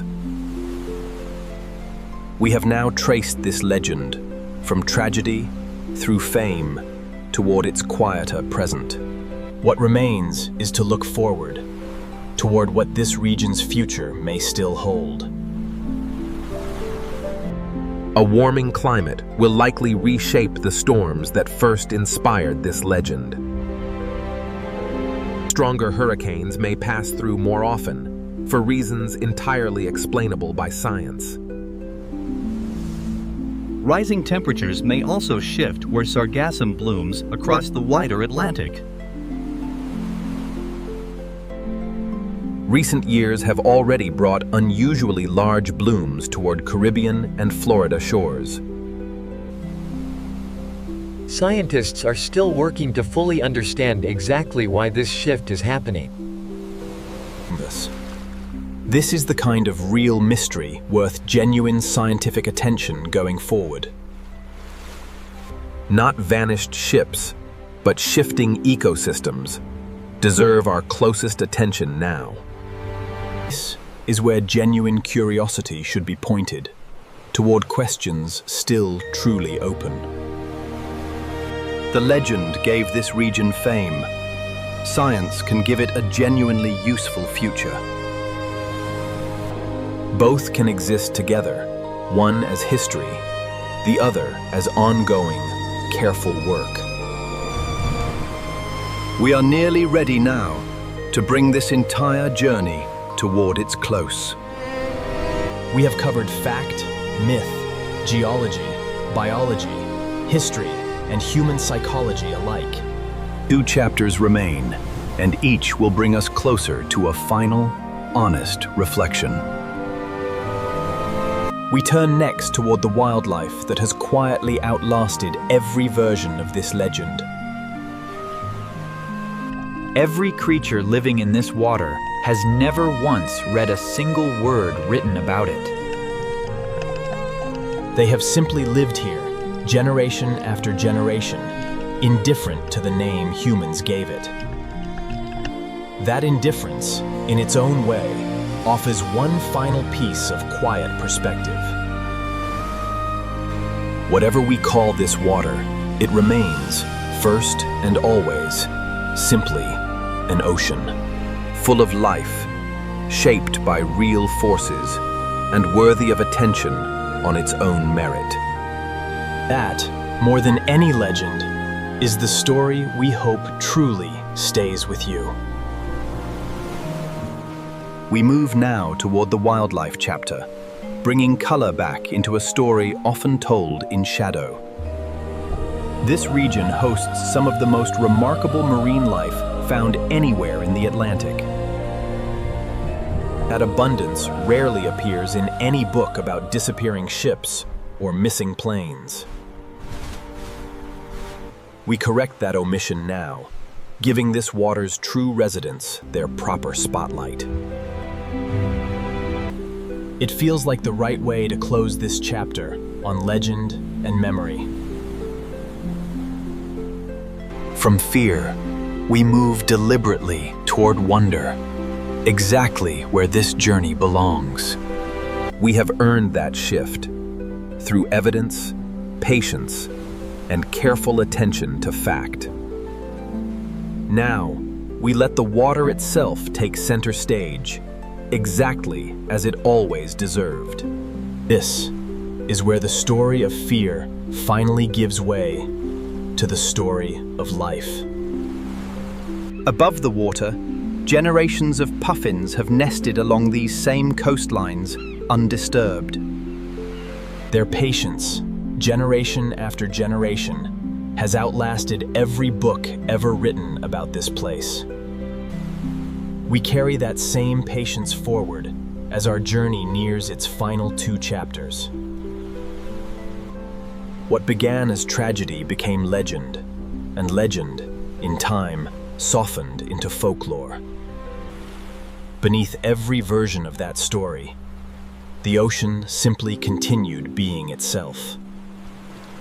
We have traced that entire arc, from newspaper column to best-selling book to souvenir shop. Along the way, we tried never to lose sight of the real people this story began with. 14 airmen, 306 sailors, countless smaller losses scattered across 5 decades. Their stories, told honestly, mattered more than any invented mystery ever could. We hope we have told them with the care and accuracy they always deserved. 2 chapters remain, one for the living creatures of this water, one for final reflection. We move toward both with the same care we have carried since our very first chapter. This journey began with a triangle drawn on a map and a legend built around it. It ends, we hope, with something closer to genuine understanding of the water itself. That understanding took history, science, and honest correction, all working together. None of it required abandoning wonder. It only required grounding that wonder in fact. We carry that grounded wonder forward into the final 2 chapters ahead. First, the creatures who call this water home, entirely unaware of the name it carries. Then, a final reflection on everything this journey has taught us along the way. We thank you for staying with this story through its history, its science, and its myth. What remains ahead may be the most rewarding part of this entire journey. A chance to simply watch this water and everything living within it without fear. That is, in the end, exactly what this water has always deserved from us. We move now toward that final, brighter chapter, carrying this history quietly with us. The legend brought us here. The living ocean will carry us the rest of the way. We are grateful for every fact uncovered and every myth gently set aside along the way. This water has earned its place in history for reasons far better than any legend. We carry that truth forward now, into the wildlife, waiting just beneath the surface. Next, we meet the creatures who have always called this legendary water home. That is part 5. Enough of legend. It is time now to meet who truly lives here.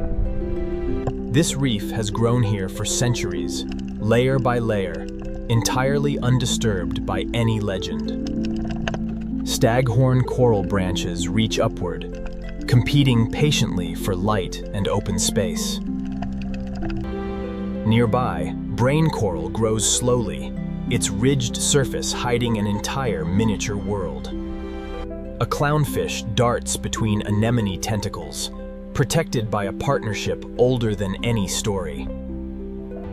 Parrotfish graze along the reef's surface, quietly shaping the sand beneath every wave.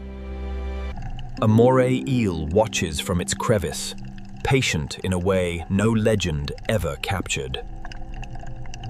An eagle ray drifts silently overhead, its spotted wings casting shadows across the sand. A spiny lobster waits beneath its ledge, emerging only once the daylight finally fades. This single reef alone supports hundreds of species, each playing its own quiet role. A hawksbill turtle feeds slowly here, its shell polished smooth by decades of tide. Loggerheads favor the deeper water further out, hunting crabs along the sandy floor below. Green turtles rest beneath these same ledges, returning to favorite spots year after year. Every summer, females return to these same beaches, guided by memory older than any map. Hatchlings emerge weeks later, racing instinctively toward the water under cover of darkness.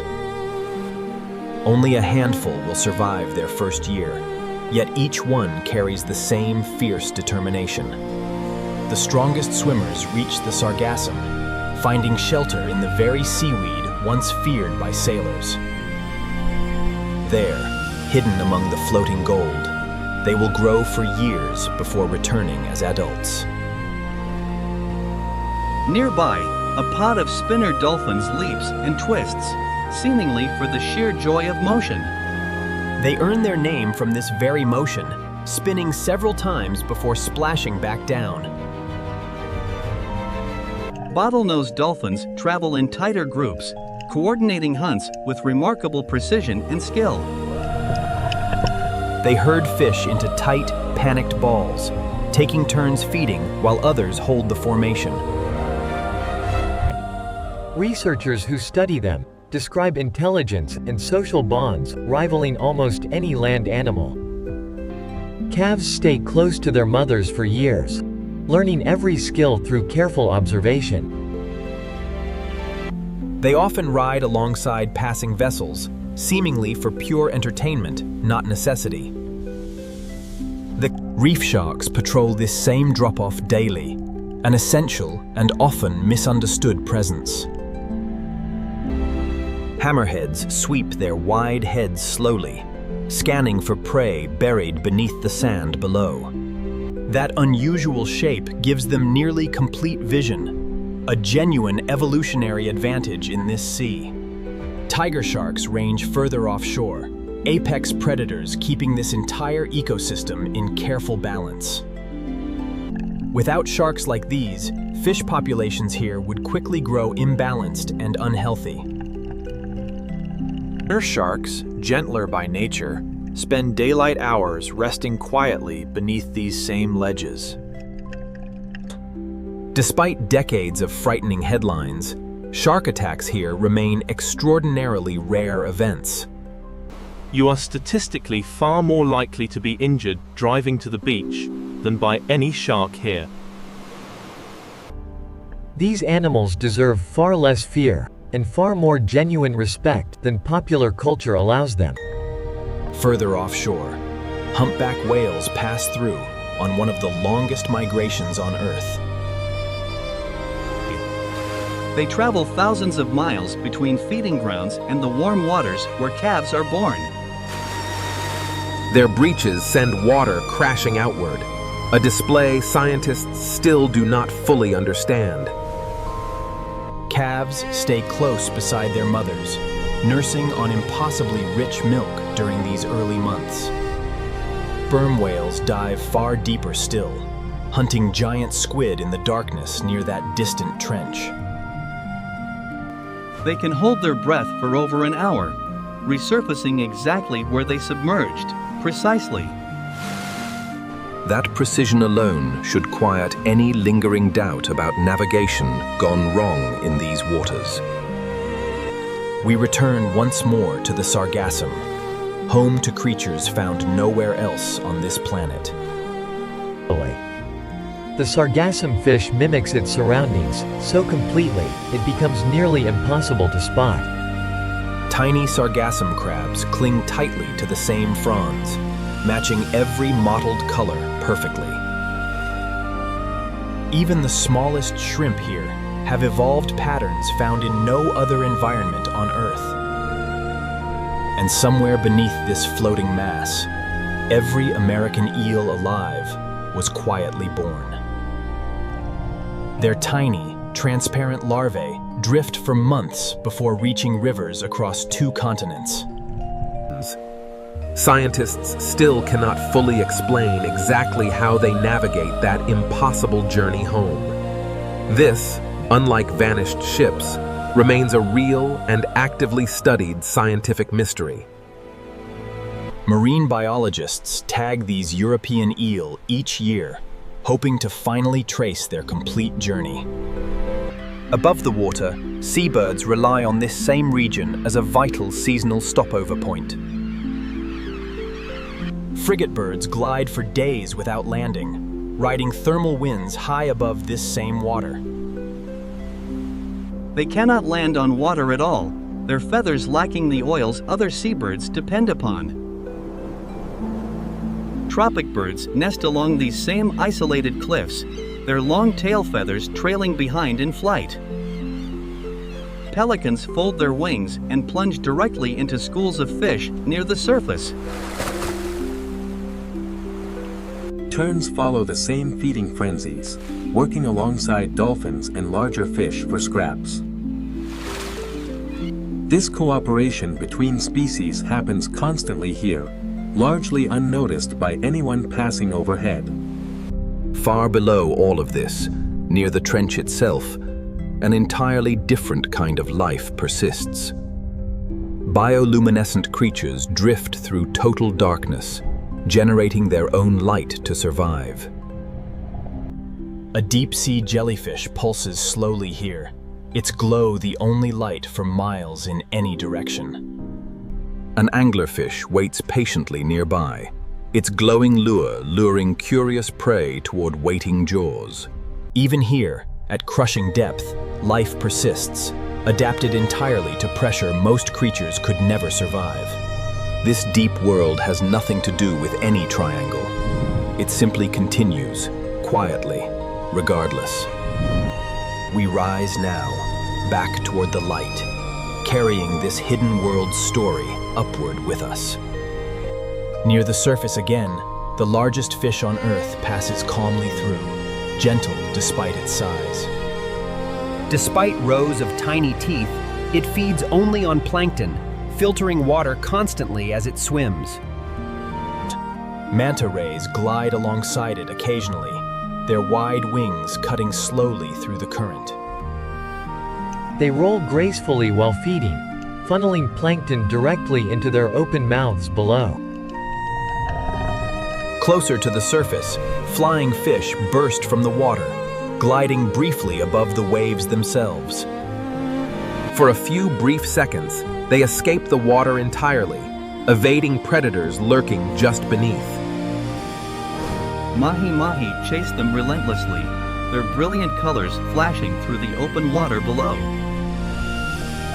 Tuna move through in tight, coordinated schools, tireless travelers crossing this entire ocean basin. This is a place of speed and abundance, not stillness and disappearance, however the legend read. Every creature we have followed here shares one thing in common: complete indifference to fear. None of them read a single word Berlitz wrote. None of them needed to. Yet this thriving world faces a real threat, one science has documented clearly for decades. Rising ocean temperatures cause coral bleaching, stripping reefs of the color that sustains them. Reefs across this entire region have already lost significant coverage over recent decades. Marine biologists now track reef health here as closely as any historian tracks old shipwrecks. Restoration projects now plant new coral fragments, hoping to rebuild what warming water has damaged. Early results show real promise, fragments taking root and slowly spreading across bare rock. This work, patient and largely unseen, matters far more than any story about vanishing ships. It determines whether turtles like this one still have a healthy reef to return to. Nesting beaches throughout this region now receive careful, dedicated protection during breeding season. Conservation teams monitor these nests closely, protecting eggs from predators and careless disturbance alike. These efforts have measurably increased hatchling survival rates across several nesting beaches here. Decades of dedicated work have helped several turtle populations here begin a slow, careful recovery. Shark populations, too, benefit from stronger protections now in place across much of this water. Spinning bands and protected zones have slowed decades of decline for several shark species here. There is still real work left to finish, but the direction, finally, points toward hope. International agreements now protect large sections of this water from destructive fishing practices. These protected zones allow fish populations to recover, eventually spilling outward into surrounding water. Protection, it turns out, benefits everyone, not only the creatures living within the boundary itself. Everyday visitors now contribute directly, recording sightings that help scientists track population changes. A single photograph of a shark's markings can help identify and track that individual for years. This kind of citizen involvement has quietly transformed how scientists study this entire region. It also gives every traveler a genuine reason to feel connected, rather than afraid, of this water. That connection matters more now than at any point since the legend first began. Every species we have met faces the same underlying pressure: a steadily warming ocean. Coral bleaching events have grown more frequent here, matching trends recorded across the entire planet. Storms passing through have also grown measurably stronger, feeding on increasingly warm surface water. Sargassum blooms have shifted unpredictably, sometimes overwhelming beaches far beyond their usual range. Scientists still work to understand exactly why, and what it means for everything living here.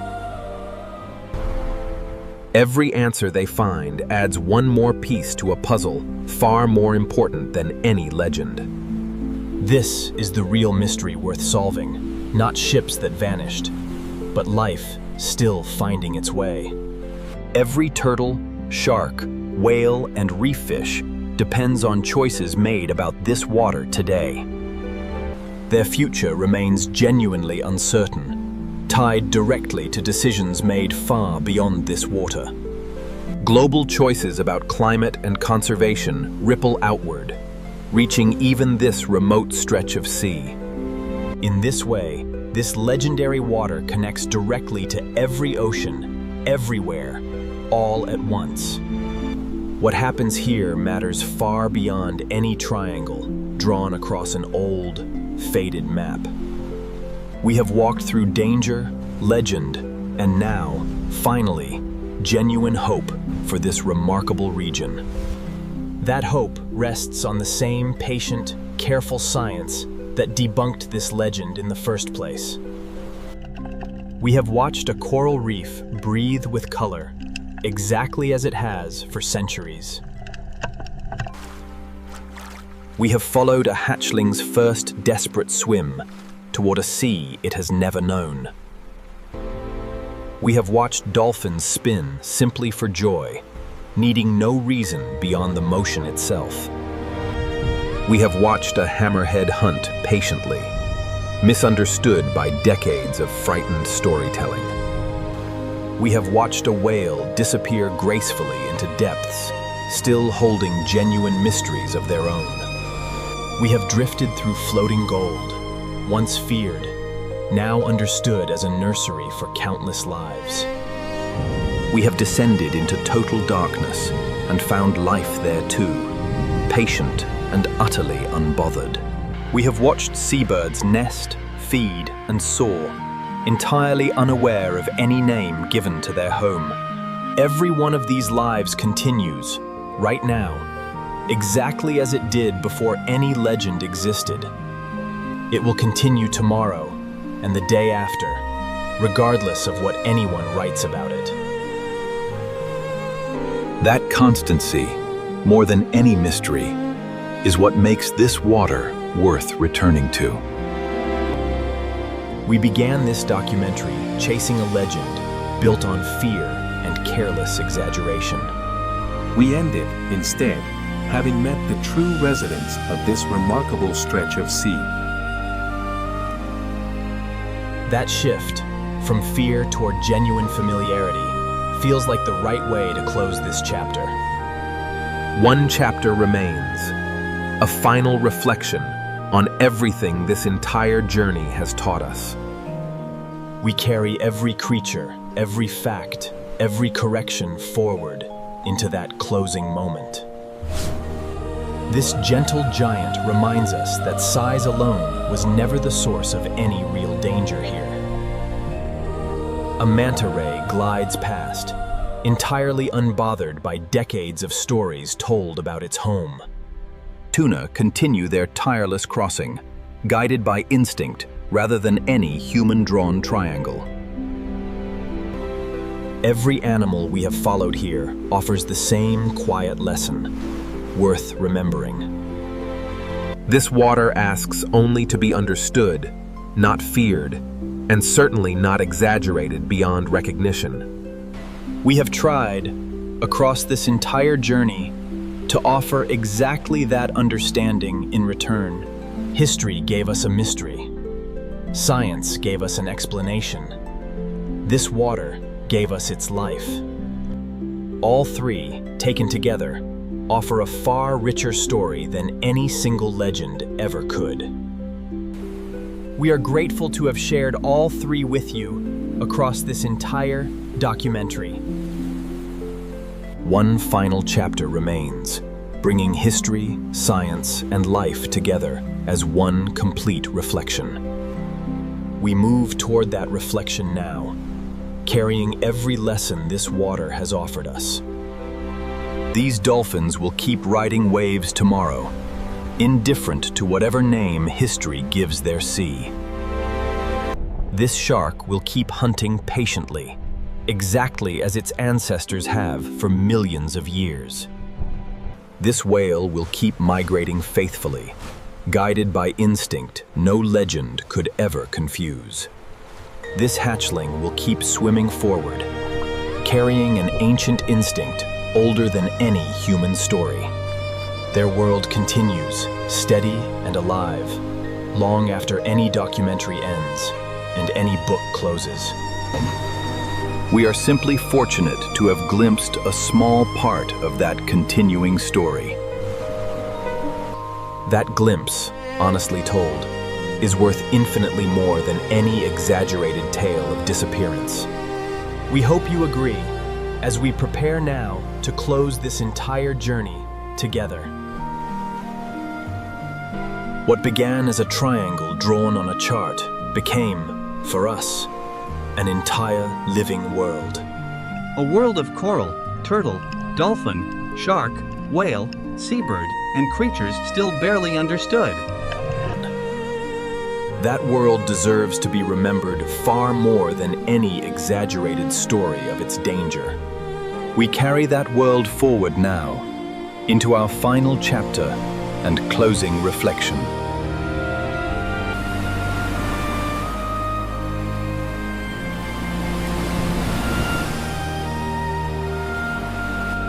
Each step brought us further from fear and closer toward genuine understanding and respect.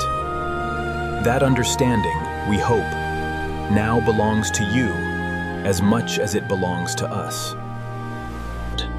We move now toward our final reflection, carrying this entire living world along with us. Their joy, captured briefly here, feels like the truest image of what this water actually is. Not a graveyard of ships, but a place bursting quietly with unstoppable, ordinary life. That image, more than any legend, deserves to travel forward from this documentary. We are nearly at the close of this long, careful journey through fact and legend both. One chapter remains, gathering every thread into a single, final thought. We invite you to join us there as this remarkable documentary reaches its true end. This reef will still be here tomorrow, quietly growing, exactly as it always has. This turtle will still be swimming, following instincts written long before any triangle was named. These dolphins will still be hunting together, exactly as intelligent and social as ever. This shark will still be patrolling, keeping balance in a system it has never once threatened. This whale will still be singing somewhere beneath the surface, in a language we barely understand. This seaweed will still be drifting, sheltering the very American eels once feared to have vanished forever. Nothing here vanished. Everything here simply continued, exactly as it was always meant to. That truth, simple and quiet, is the real ending this legend deserved all along. We are grateful to have finally given it that ending, grounded in fact and genuine wonder. One final chapter remains before this documentary reaches its complete and honest close. History taught us how the legend began. Science taught us why it never held up. This water's own residents taught us something far more valuable than either fact alone. They taught us that life, patient and resilient, always outlasts whatever story we tell about it. We move now toward our final chapter, ready to bring this entire journey together as one. We thank you for staying with us through legend, evidence, tragedy, and finally, this living world. What remains ahead is simply a final word, honest and grateful, before we let this water rest. This gentle giant will keep filtering plankton long after every word of this documentary fades. This manta will keep rolling gracefully, exactly as its ancestors have for countless generations. This school of tuna will keep crossing oceans, tireless, unaware of any name humans gave their path. These seabirds will keep nesting along cliffs shaped by centuries of tide and weather. Deep below, creatures of darkness will keep glowing quietly, entirely unaware they were ever feared. This is the truest picture of the Bermuda Triangle, alive, ordinary, and endlessly fascinating. Not a curse, but a coastline. Not a graveyard, but a garden, full of quiet, thriving life. We leave this reef exactly as we found it, thriving, colorful, and completely unaware of any legend. We leave this turtle exactly as we found it, following an ancient instinct toward open water. We leave these dolphins exactly as we found them, curious, social, and entirely unafraid. We leave this whale exactly as we found it, patient, migratory, and quietly magnificent.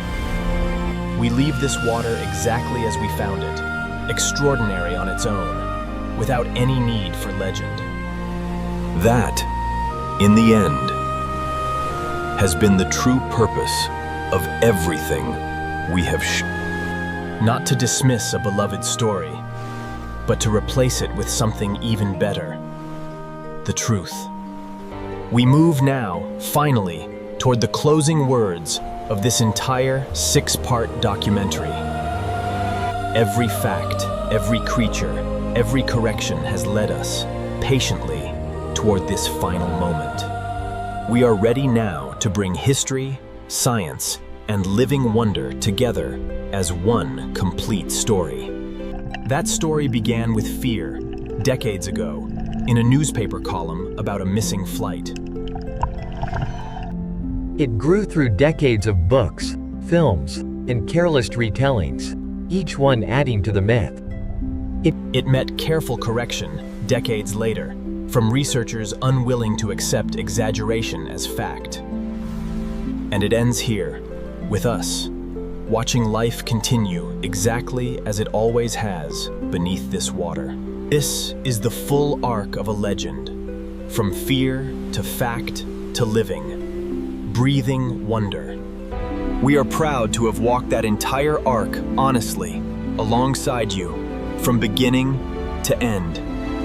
One final chapter now waits, ready to close this journey with the reflection it deserves.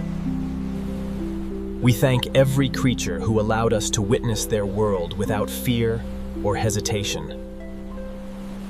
We thank this reef, this water, this entire remarkable region for revealing exactly what it is. Not a curse, not a mystery beyond understanding, simply an ocean doing exactly what oceans do. We carry that simple truth forward into the final words of this entire documentary journey. We are ready now, finally, to bring this entire journey to its honest, complete close. Every fact examined, every case reconsidered, every creature finally given its proper place. This documentary began with a question, and it ends now with something better, an answer. That answer was never hidden. It was simply waiting, patiently, beneath the surface all along. We are grateful to have finally found it, together, across this entire careful journey. We move now, at last, toward the final reflection this remarkable journey has earned. It is a reflection built on evidence, gratitude, and genuine respect for this living water. We invite you to join us there for the closing words of this entire 6-part story. Every creature we have met has taught us something about patience, resilience, and quiet truth. This reef alone taught us more honest wonder than any exaggerated tale of disaster ever could. We carry that wonder forward now, into the final chapter of this entire documentary journey. History gave us the beginning. Science gave us the truth. This water gave us everything else. We are ready now to close this journey exactly where it always belonged, in genuine gratitude. Thank you for crossing this legendary water with us, from fear all the way toward wonder. We move now toward our final words, carrying every creature and every fact along with us.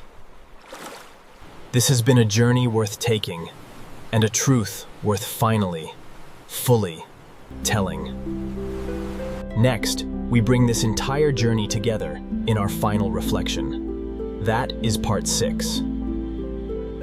The sun begins its slow descent now, exactly as it has every evening here.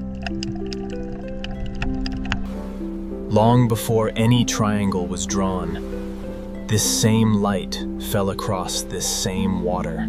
It will fall here again tomorrow, indifferent to every word this documentary has spoken. Somewhere along that coastline, a Florida runway once sent 5 aircraft into the sky.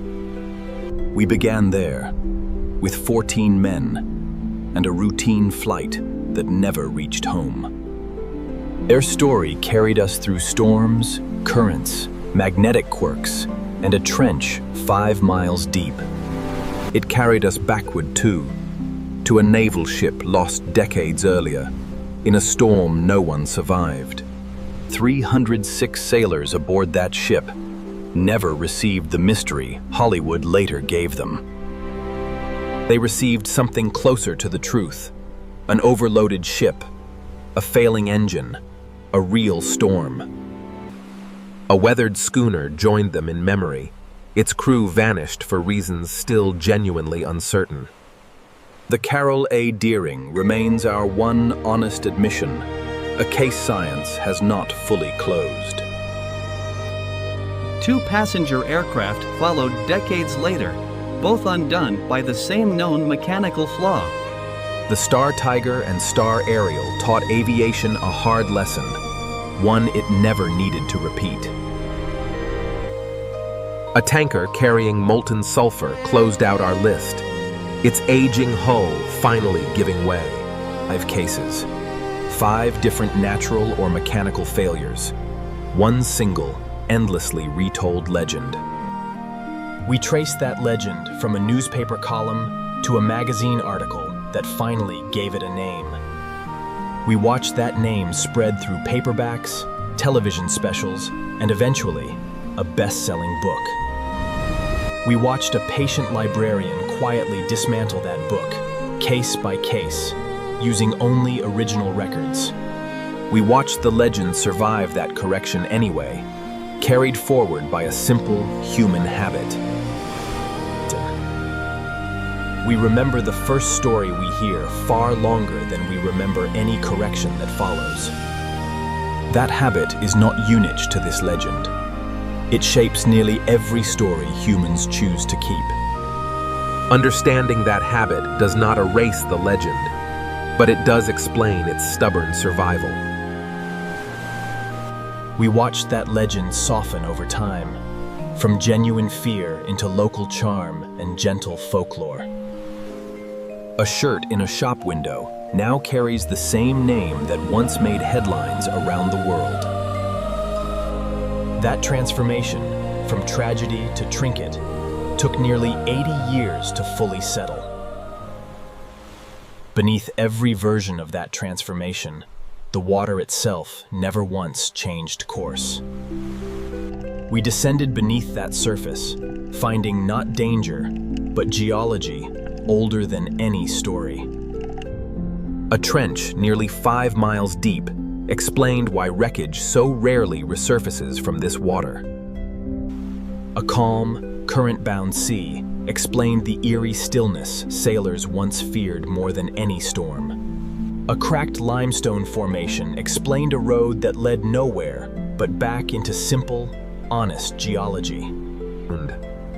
A rare magnetic alignment explained compass confusion that likely doomed at least one lost flight.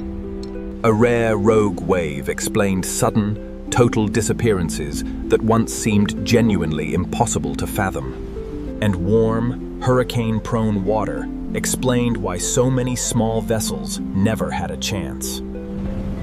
5 natural forces, 1 narrow stretch of ocean. No mystery required beyond what science already knew. That is not a disappointing ending. It is, in its own way, a genuinely remarkable one. It meant we could finally look past the fear, toward everything actually living in this water. We found reefs older than any legend, home to hundreds of species living in careful balance. We followed turtles from their first desperate swim as hatchlings to their slow, patient adulthood. We watched dolphins spin through open air, needing no reason beyond the simple joy of motion. We watched sharks hunt patiently, misunderstood for decades by exactly the same frightened storytelling. We watched whales migrate thousands of miles, guided by instinct no legend could ever truly confuse. We drifted through floating sargassum, once feared, now understood as a nursery for countless lives. We descended into total darkness and found life persisting there too, patient and utterly unbothered. We watched seabirds nest along cliffs shaped by centuries of tide, entirely unaware of any name. Every one of these lives continues right now, exactly as it did before any legend ever existed. It will continue tomorrow, entirely regardless of what any documentary, including this one, has said. Scientists will continue their quiet work here too, long after this film reaches its final frame. They will keep measuring currents, tracking eels, and monitoring coral, one careful sample at a time. None of that work will trend online. None of it needs to, in order to remain genuinely valuable. That quiet persistence, more than any headline, is what actually protects this remarkable water. Every current that flows through this region eventually touches nearly every coastline on Earth. A drop entering here may one day reach a shore thousands of miles from where this journey began. There is truly only one connected ocean, divided only by the names humans chose to give it. The Bermuda Triangle is simply one small, deeply storied corner of that single, unbroken sea. What happens here quietly echoes outward, whether the wider world happens to notice or not. A warming climate now reaches even this legendary water, regardless of any story once told about it. Stronger storms, shifting seaweed, and stressed coral reefs represent the real challenge facing this region. That challenge deserves every ounce of attention once wasted, chasing ships that never truly vanished. Scientists here are already answering that challenge, quietly, patiently, one careful measurement at a time. Their work will matter far more, in the end, than any exaggerated tale of triangles and vanishing ships. We began this documentary with a simple question. Why does this water carry such a fearsome name? We found an answer, built on coincidence, careless research, and the simple power of a well-told story. We found a naval loss, a training flight, a ghost ship, 2 aircraft, and a failing tanker. We found currents, storms, magnetism, depth, and rogue waves, each one entirely explainable by science. We found a librarian who cared enough to check every claim against the original record. And beneath all of it, we found a thriving, living world that never once needed the legend at all. That world was always the more interesting story, patiently waiting beneath every exaggerated headline. We hope we have finally given it the attention it deserved all along. None of this required abandoning wonder. It only required grounding that wonder in fact. A whale surfacing beside a research vessel remains genuinely wondrous, with or without any legend attached. A turtle returning faithfully to the same beach for decades remains genuinely remarkable, curse or no curse.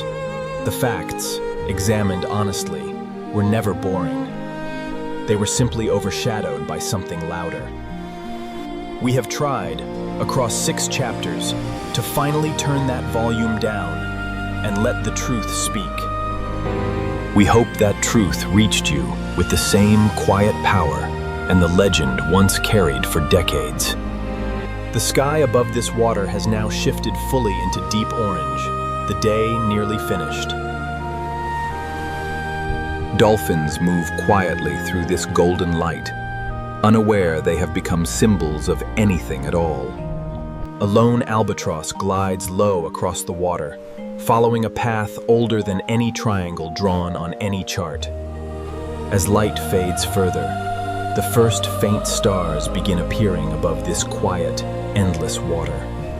Sailors once navigated by these exact stars, long before any compass or satellite existed to guide them. Tonight, far from any city light, this same sky glows with extraordinary, undisturbed clarity. Water and sky mirror each other perfectly now, one vast darkness meeting another, endlessly. Beneath the surface, faint bioluminescent light stirs quietly, its own small answer to the stars above. A full moon rises slowly now, casting pale silver light across this famously misunderstood stretch of water. Under this light, The water looks exactly as it has for every night across its entire long history. Somewhere out there tonight, a modern vessel crosses this same water, entirely without incident. Its crew likely gives the legend little thought, focused instead on charts, weather, and the work ahead. That quiet confidence, built on decades of accumulated evidence, is perhaps the legend's truest legacy. It taught an entire industry to check its instruments, trust its data, and respect real, documented danger. That respect, earned honestly through tragedy and careful study, protects every sailor who crosses here tonight. We have spelt 6 chapters chasing fear and finding, instead, careful and genuine understanding. That understanding did not make this water smaller or less remarkable. It made it genuinely larger. A story about vanishing ships is small, contained, and ultimately false in nearly every detail. A story about currents connecting every ocean on Earth is vast, true, and genuinely humbling. A story about a librarian checking facts is small, quiet, and easily forgotten by most people. A story about the courage required to correct a beloved myth is genuinely worth remembering instead. We have chosen, throughout this entire documentary, to remember the larger, truer version instead. We hope that choice has been worth the journey it took to reach this final, quiet moment. The first hints of dawn will arrive soon enough, exactly as they have every single morning here. The darkest hour has already passed, quietly, without incident, exactly as most nights here truly do. A soft grey light now spreads slowly across the horizon, the sky preparing for another ordinary day. This same dawn broke over Flight 19's empty runway, silent, unaware of what the day would bring. It broke over the Cyclops before her final voyage, over the Deering before her crew disappeared. It has broken here every morning since, entirely indifferent to whatever history unfolded the night before. An olive Ridley sea turtle surfaces briefly now, breathing calmly beneath this same gentle, familiar morning light. Dolphins begin their morning exactly as they always have, entirely unaware of the story we have told. A seabird lifts off into that same golden light, beginning another ordinary day above this legendary sea. Full daylight returns now, revealing once again the true, unremarkable beauty of this remarkable water. From this light, we begin to see, one final time, the full shape of everything we have covered. From above, this triangle looks exactly like what it always was, an ordinary stretch of open ocean. One corner still touches Miami, one still reaches Bermuda, one still meets Puerto Rico's warm shore. Nothing about that geography has changed since we first traced it at the start of this journey. What has changed, we hope, is how you now understand the water contained within it. Not a curse, but a current.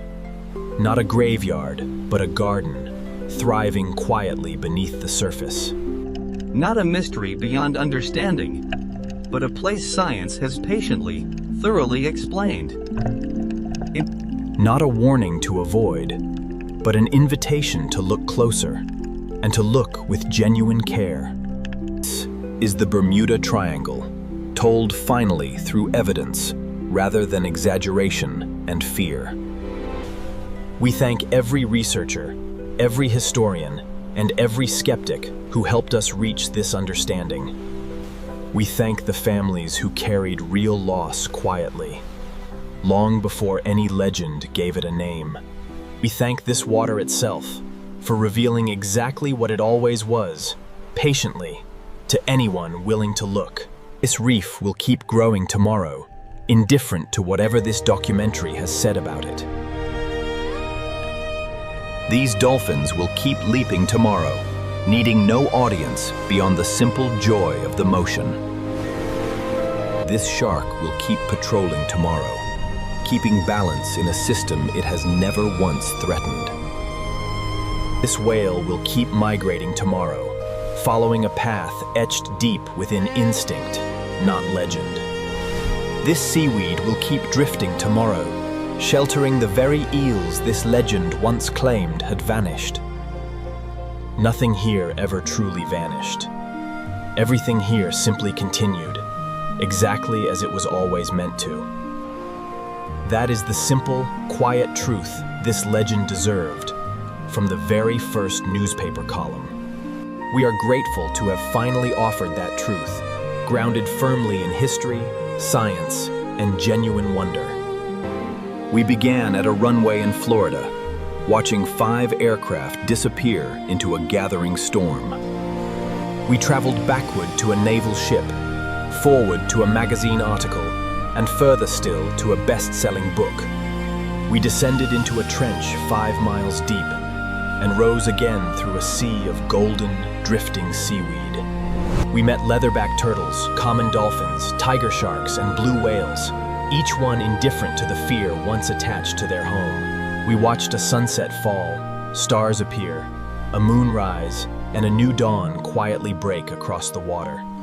That full cycle, dusk to dawn, feels like the truest way to close a story built on fearing the dark. The dark passed, as it always does, and the water remained, exactly as it always was. This has been the Bermuda Triangle, the science behind the legend, told as honestly as we could tell it. It has been our honor to guide you through both its history and its living, breathing present. We hope you leave this journey with something more valuable than fear, genuine curiosity and respect. That respect belongs not only to this water, but to every ocean it quietly, endlessly connects to. Wherever you live, whatever sea touches your own shore, this same story likely applies there too. Every ocean holds its own legends, its own tragedies, and its own quiet, patient truths underneath. We encourage you to seek those truths out, wherever you happen to find them, with the same careful curiosity. That curiosity, more than any single fact we have shared, is the true gift of this entire documentary. We began chasing a legend, and we end instead having fallen, quietly, in love with the truth. We hope, sincerely, that this same quiet affection has found its way to you as well. This water asks only to be understood, and finally, patiently, we hope we have understood it well. Thank you for crossing this legendary water with us, from fear all the way toward genuine wonder. This is the Bermuda Triangle, alive, ordinary, extraordinary, and finally, honestly, understood. This has been Underwater Extreme's complete telling of one ocean's most enduring legend. May you carry its lessons forward, wherever your own path leads, across any sea. May you remember the reef, the turtle, the dolphin, the shark, and the whale, long after this film ends. May you remember the librarian who checked every fact, and the families who deserved that same care. May you remember that curiosity, patiently followed, always leads somewhere more interesting than fear. This is Underwater Extreme. Thank you for sharing this entire journey with us, from beginning to end. The water remains, the truth remains, and we are grateful you were here to find it with us. We leave this water now exactly as we found it, alive, patient, and endlessly, quietly fascinating. Every fish, every current, every grain of sand here continues its own story, entirely without us. We were only ever brief visitors, grateful to have witnessed even a small part of that story. That brief witness has been an honor beyond anything a single documentary could properly express. We hope you feel that same honor, carried forward from this remarkable, misunderstood stretch of sea. The Bermuda Triangle. Not a graveyard for ships, but a garden for life, endlessly renewing itself. Not a warning etched onto old maps, but an invitation still waiting on every new one. Not a mystery beyond human reach, but a place science has patiently, thoroughly come to understand. This is our final word on the science behind the legend, offered with genuine care and respect. May you always remember what lies beneath the surface of every sea you ever cross.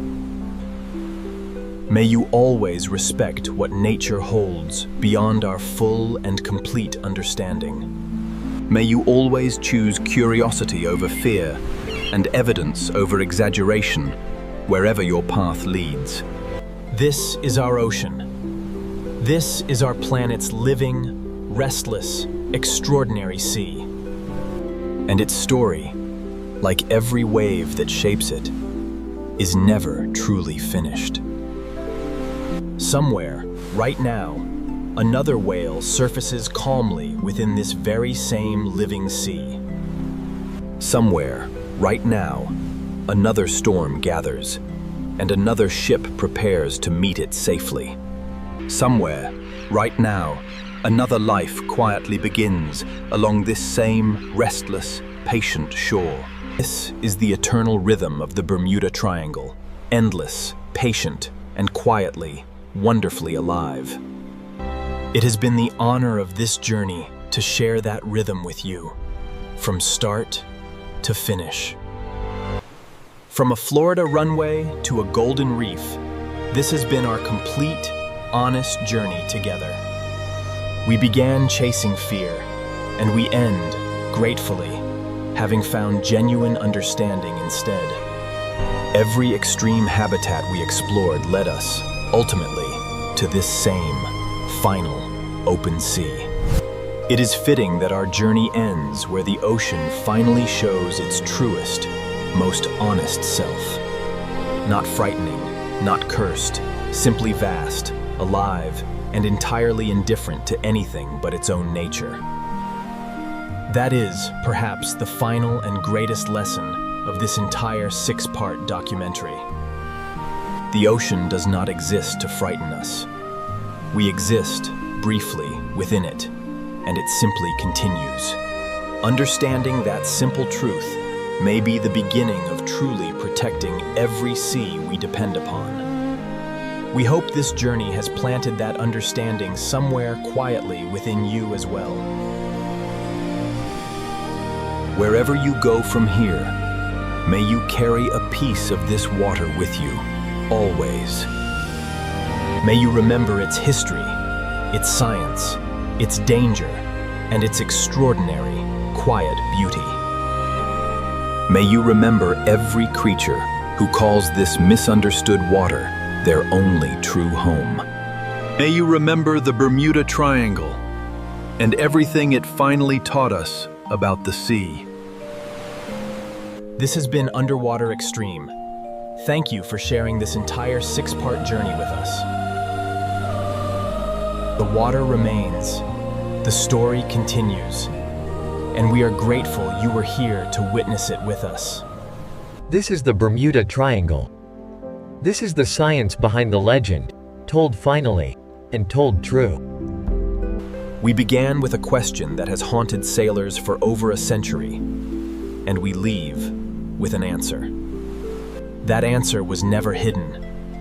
It was simply waiting, patiently, beneath the surface all along. We are grateful to have finally found it, together, across this entire careful and honest journey. 14 airmen, 306 sailors, a missing schooner's crew, countless smaller, quieter losses. Their stories, told honestly, mattered more to us than any invented mystery ever truly could. We hope we have told them, finally, with all the care and accuracy they always deserved. And we hope we have given this water, finally, the honest attention it always deserved as well. Not as a triangle drawn in fear, but as an ocean, alive and thriving, exactly as it should be.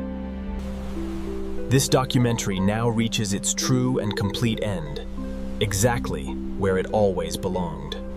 Not in fear, but in gratitude. Not in mystery, but in genuine, hard-earned understanding. Thank you for trusting us with this legendary water, and with the truth we found beneath it. Thank you for staying with us through history, tragedy, science, and finally, genuine wonder. Thank you for letting this documentary replace an old fear with something better, real understanding. This has been Underwater Extreme's telling of the Bermuda Triangle, from beginning to true end. We move now, at last, toward the final words this remarkable journey has fully earned. This reef, this water, this entire remarkable region has revealed exactly what it always was. Not a curse, not a mystery beyond understanding. Simply an ocean, doing exactly what oceans do. We carry that simple truth forward now, into the final words of this entire documentary journey. History gave us the beginning. Science gave us the truth. This water gave us everything else. We are ready now to close this journey exactly where it always belonged, in genuine gratitude. Thank you for crossing this legendary water with us, from fear all the way toward genuine wonder. May you always remember what lies beneath the surface of every legend you ever encounter. May you always seek the evidence first, and let the story follow only where the evidence leads. This is our ocean. This is our planet's living, restless, extraordinary sea. And its story, like the waves that shape it, is never truly finished, only quietly continuing. We thank you, sincerely, for spending this entire journey with us, across all 6 chapters. From history to science to living wonder, this has been our complete and honest telling. This is the Bermuda Triangle, the science behind the legend, now told, at last, in full. Thank you for watching. Thank you for questioning. Thank you for seeking the truth alongside us. This water remains, exactly as it always has, waiting quietly for whoever looks closely enough. We hope you now look at it, and every sea like it, with new and genuine understanding. This has been Underwater Extreme. This has been the Bermuda Triangle, finally understood. The legend brought us here. The truth is what we leave behind, for you to carry forward. This is our sea. This is our ocean. And its story is far from over. This is the Bermuda Triangle. This is our sea. And its story is far from over.